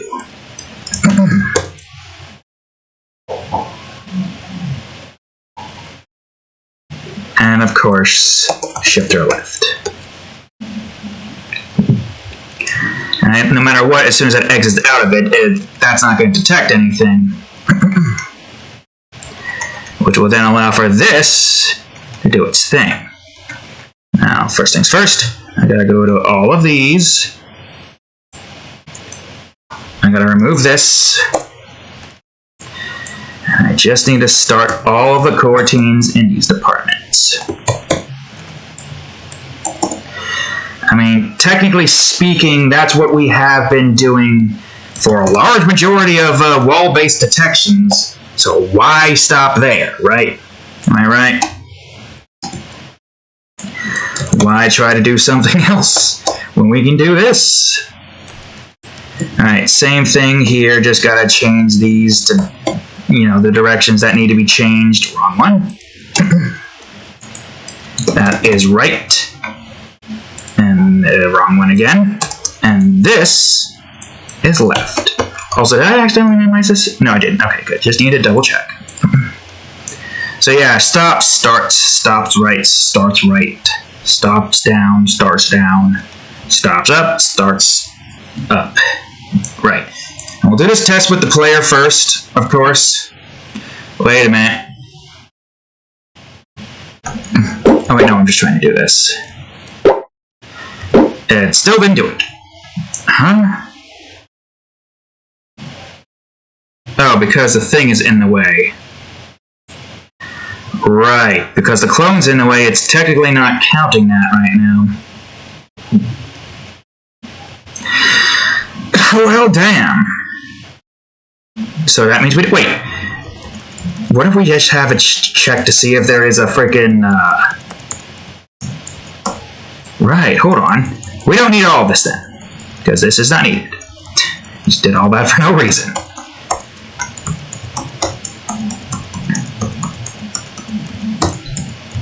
Come on.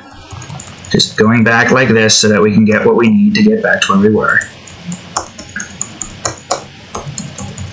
I have an idea. So this is detecting for this, correct? That right over here?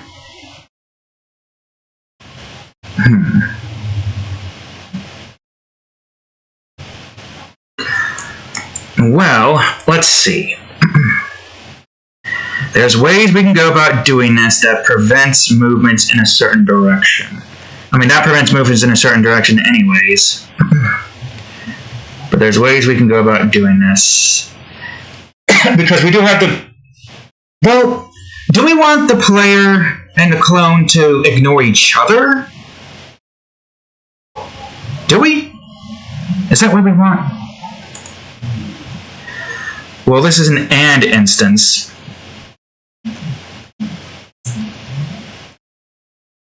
And we can't just detect and where the clones are at. So, in other words, we would have to do something like this, where it detects the clone.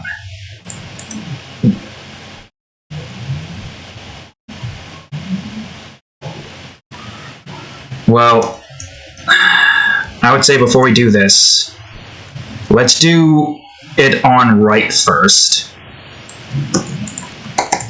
These are just good tests to do. See what it does. Clone. We'll do it on right first. This is probably going to screw something up, but we'll see what happens.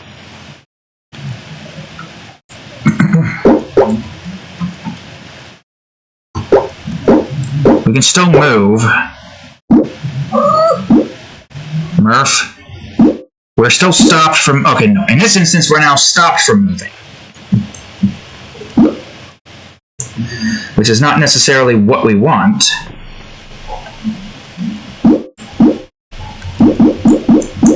So, there's got to be another way to go about doing this. Yeah, this is going to be a little bit tricky, isn't it? Because we got to figure out a way to make it so that the player doesn't move if the clone is on top of something. Unless we were to have it set... Nah, it's probably better that we don't have it set like that. What do we do to make this work? Because the only thing I can think of is if the clone's physics ignores the player line.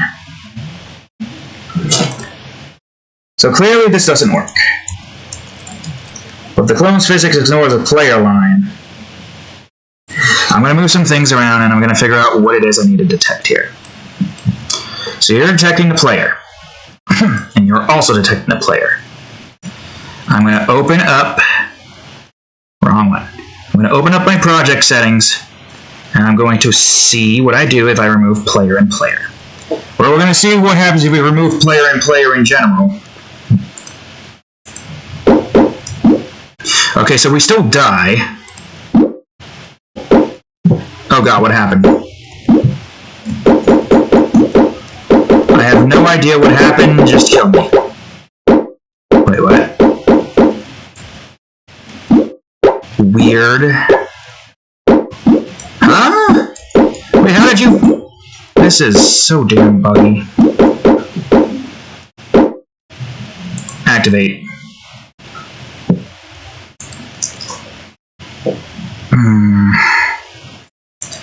I tried having a Raycast ignore the player.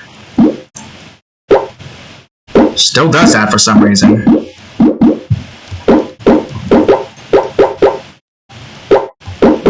I'm not understanding what's making that do that and what's making it not do that sometimes. And now I can't get the player and everything back. There we go. Well, to an extent. One more. No, not one more. Fuck.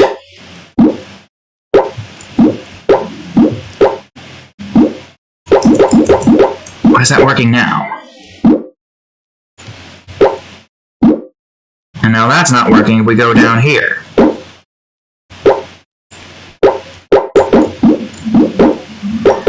Oh man, I don't understand this damn thing. It just stops working once it does that. It works just fine once it does its thing. When in this area it works fine. I don't understand. I really just have to get it set to ignore, so I'm going to have to do some more research on this. I'm not going to waste all the time trying to figure this out right now. This is not the major thing that we got to test, but it is one thing. I just got to figure out how to have it separate the ignore collision thing when that instance occurs. So right now, I got to test out radiation. Radiation is going to be the most challenging one to do, for a few obvious reasons.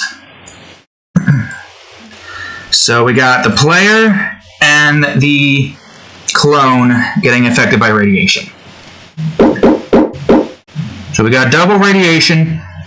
Both our radiations are going up, and we're going in further with radiations.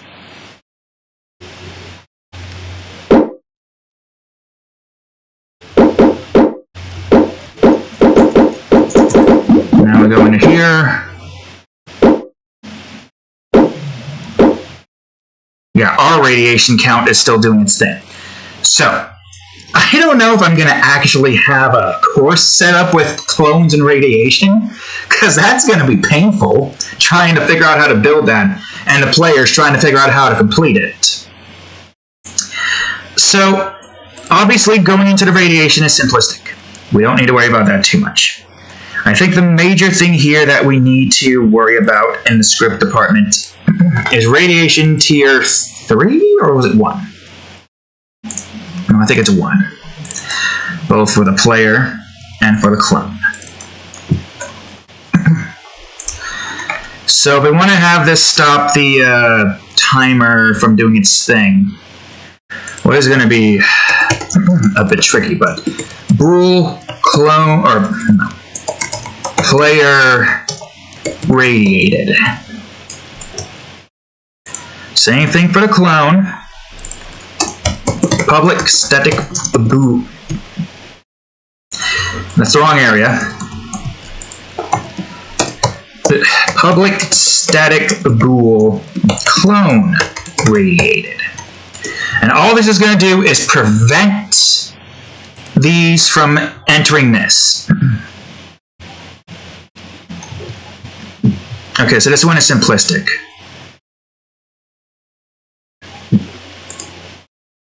So I think it has to be here, because this is its own radiation tier.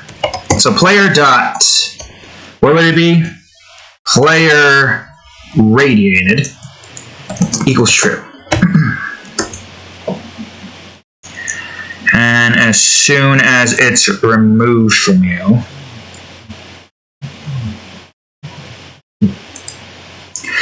it's going to have to be here. So player dot radiate player. Wait, what? Player. Wait, what? Hold on. What are you doing? Player dot player radiated equals false. There we go. So as soon as you exit out of it, radiation equals false.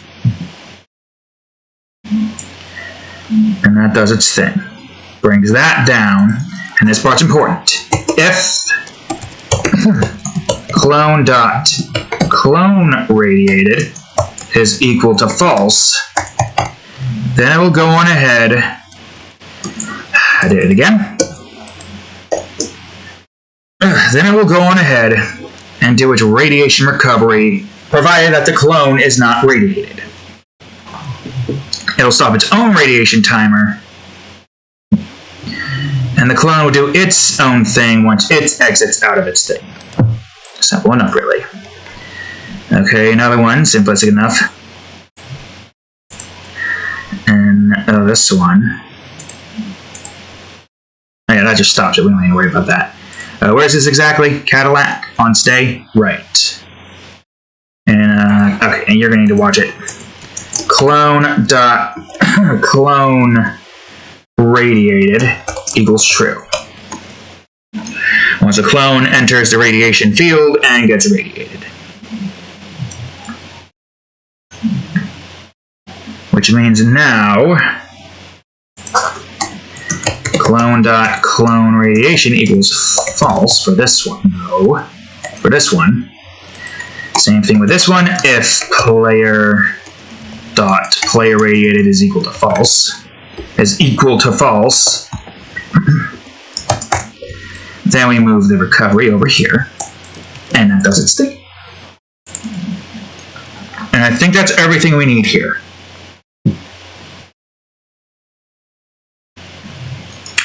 They don't share the same recovery time unless they exit out at the same time. I think that's what would happen. I don't know. I mean, technically, it should do that, but we'll see. We'll see what happens. Also, I moved that wrong. We exit now. Oh, it's still one? Oh, I guess because only one it's doing its thing. Oh god, I can't tell what's what.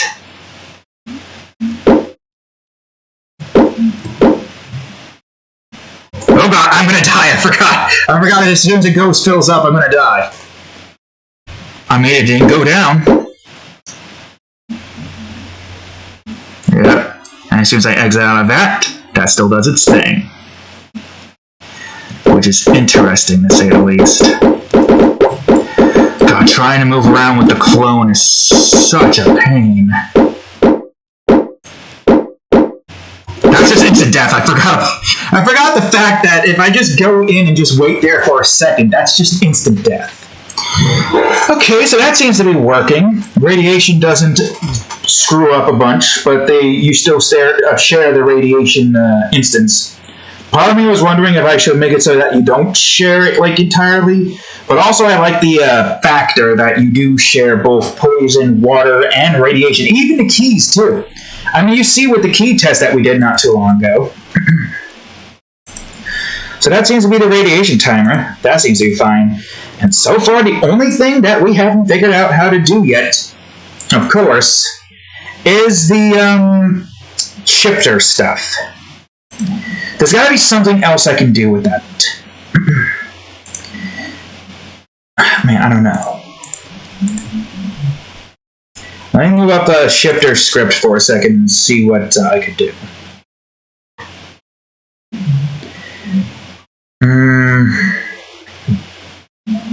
Man, I'm not sure. Well, that's basically all that I can do at the moment. But I kind of don't want to end it just yet. I want to show you this one little... maybe I'll build this. We'll see. But I want to show you this one little mechanic that I think some of y'all are going to like.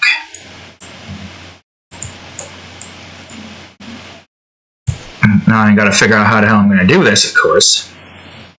I got to remember how this is set. So first things first, let's go to here. And let's go ahead, grab ourselves a laser. We'll keep it here. And I will go into the laser. It should be in a triggered. Oh wait, no. Remove downward movement. That's what it was, right. So I'm going to go ahead and put this wall right here. Oh, you're going to like this one. Trust me, you're going to like this one. Crate, right over here. Inverse, right over here. Because it depends on what direction we want to go in. Well, no, we can't have that here. Technically, this needs to be lava. Lava here. Duplicate. Lava here.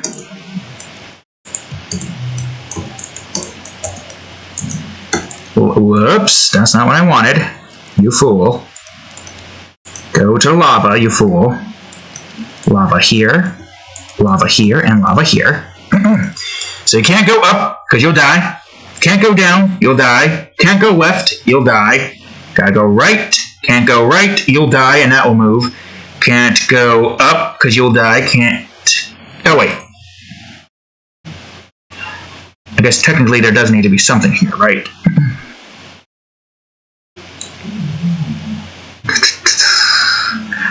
Well, I can't exactly use gate because you can still go through it. How do I want to do this? Yeah, I had something set for this, but how do I want to do this exactly?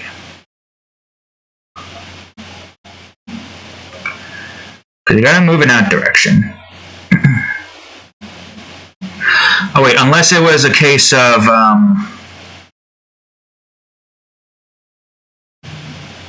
well, if it was a case of that, then... How did I do this again?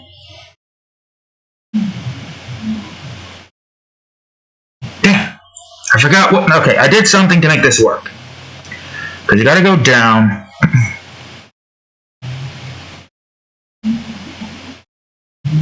Unless I did shifters. Did I do shifters? Don't remember. Why don't I remember?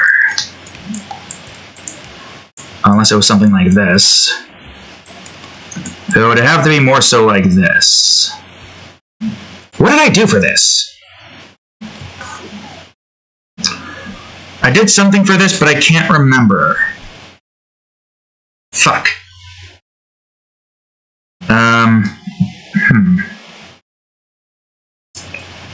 There has to be a crate there. I did something for this, but what did I do? I didn't have a wall there. Or did I? Let me look at my amazing repertoire of stuff here to look at. Because the idea was to have that go down. And have you do that. Or was it like this? No, that wouldn't make any sense. Fuck, I forgot what I did here. Can't use a gate because you can still go downward, or left here.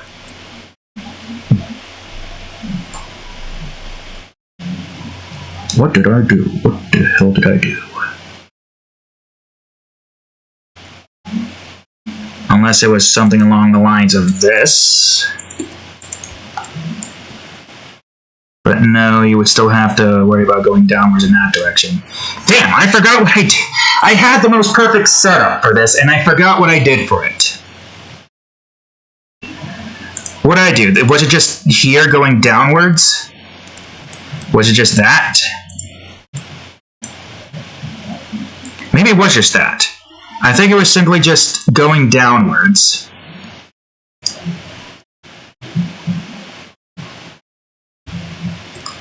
And then that was down. There was multiple ways I did this. This isn't the only way. I did have multiple ways to go about getting this set up. Now, all this preventing you from doing anything. You go down, you're there. Can't go left because you'll still die.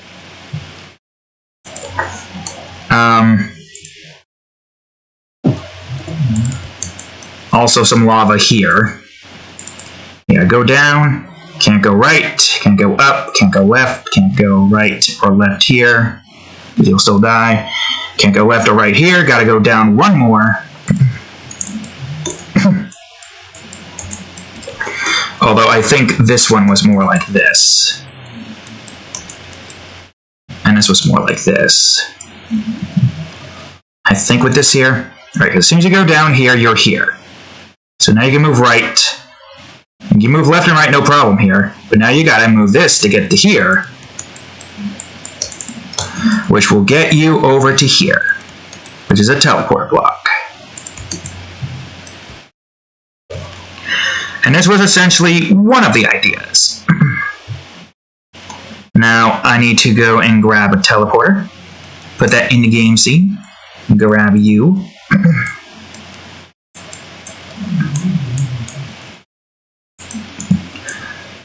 And this is essentially the idea. So, this right here.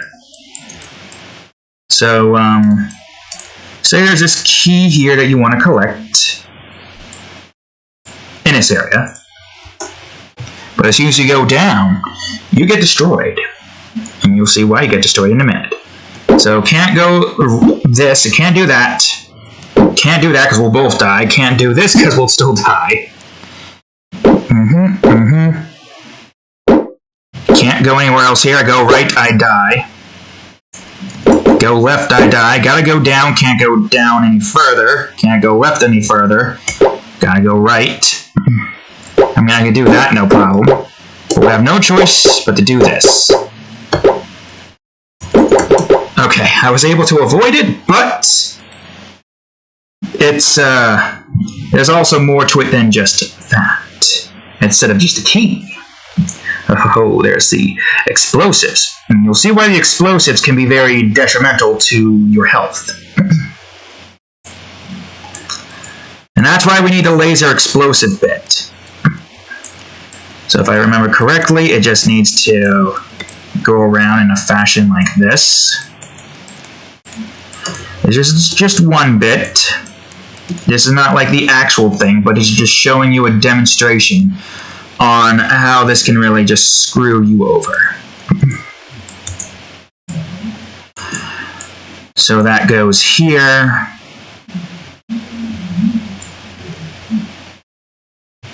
And we need to have... yeah, we essentially need to have this. Well, I guess technically, yeah, we wouldn't even need the explosives there. Because if we... actually, yeah, we just have explosives here. We don't need all these explosives. Still got a key there. You think you can get that key and you'll be fine? No, sure. You won't be fine. And here's why you won't be fine.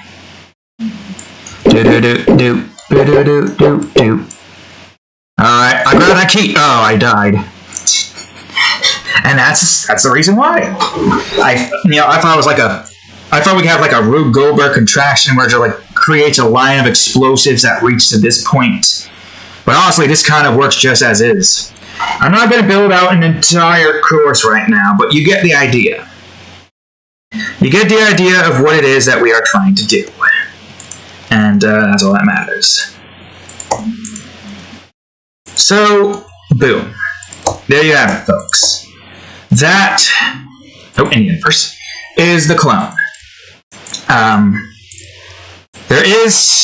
The mover system still works. Anything that the player does, the clone can also do. So it should still work with the mover, it should still work for the lock and the launcher. I mean, we did that one test already. It still needs some tweaking for the shifter, Then there's stuff like the explosives and the gate, which I think the explosives, if I remember correctly, it's not looking for a player tag. It's looking for... It's explosive, right? Yeah, explosive. It's looking for... Where is it?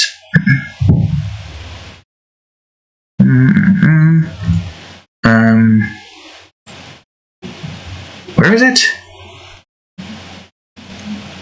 Oh, wait, no, explosive detection. Right, it's looking for the layer. The layer, which is, of course, the clone being the player layer. I mean, it works for the key, it works for that. Shouldn't really be too much of an issue. But yeah, there you have it, folks. All of the game mechanics for Paint Maze is done. We just need to get sound effects, that one secret mechanic that I'll make off camera. We gotta fix some things up, do bug tests and whatnot, make color blindness mode, get the sound effects and all that stuff pretty much set. Matter of fact, we can probably do one of those right now. Pause menu. That's the wrong one. I want to go to data. I think data, I don't know yet. Public static int SFX. You fucking idiot. I wanted to click this one. And public static int background music. BGM. SFX, BGM, and colorblind mode. 3 important static variables that are going to be used for the entirety of the sound effects stuff. But we'll worry about the sound effects stuff later. Is there anything more here that I want to do before I end today's episode? Let's see. I'm gonna cross off some stuff on my list real quick. Alright, that's the clone finished. The secret thing not set. The pause menu finished. Now we just need to get the finish block, the secret thing done with, the sound effects, the main menu, and the stats, as well as the save load stuff, but that one is easy enough. And that's essentially all that it's needed to do. All the mechanics that we needed to make has been set. We just gotta do some bug tests, figure out what's broken so that we can fix it, and that's all that we need to do.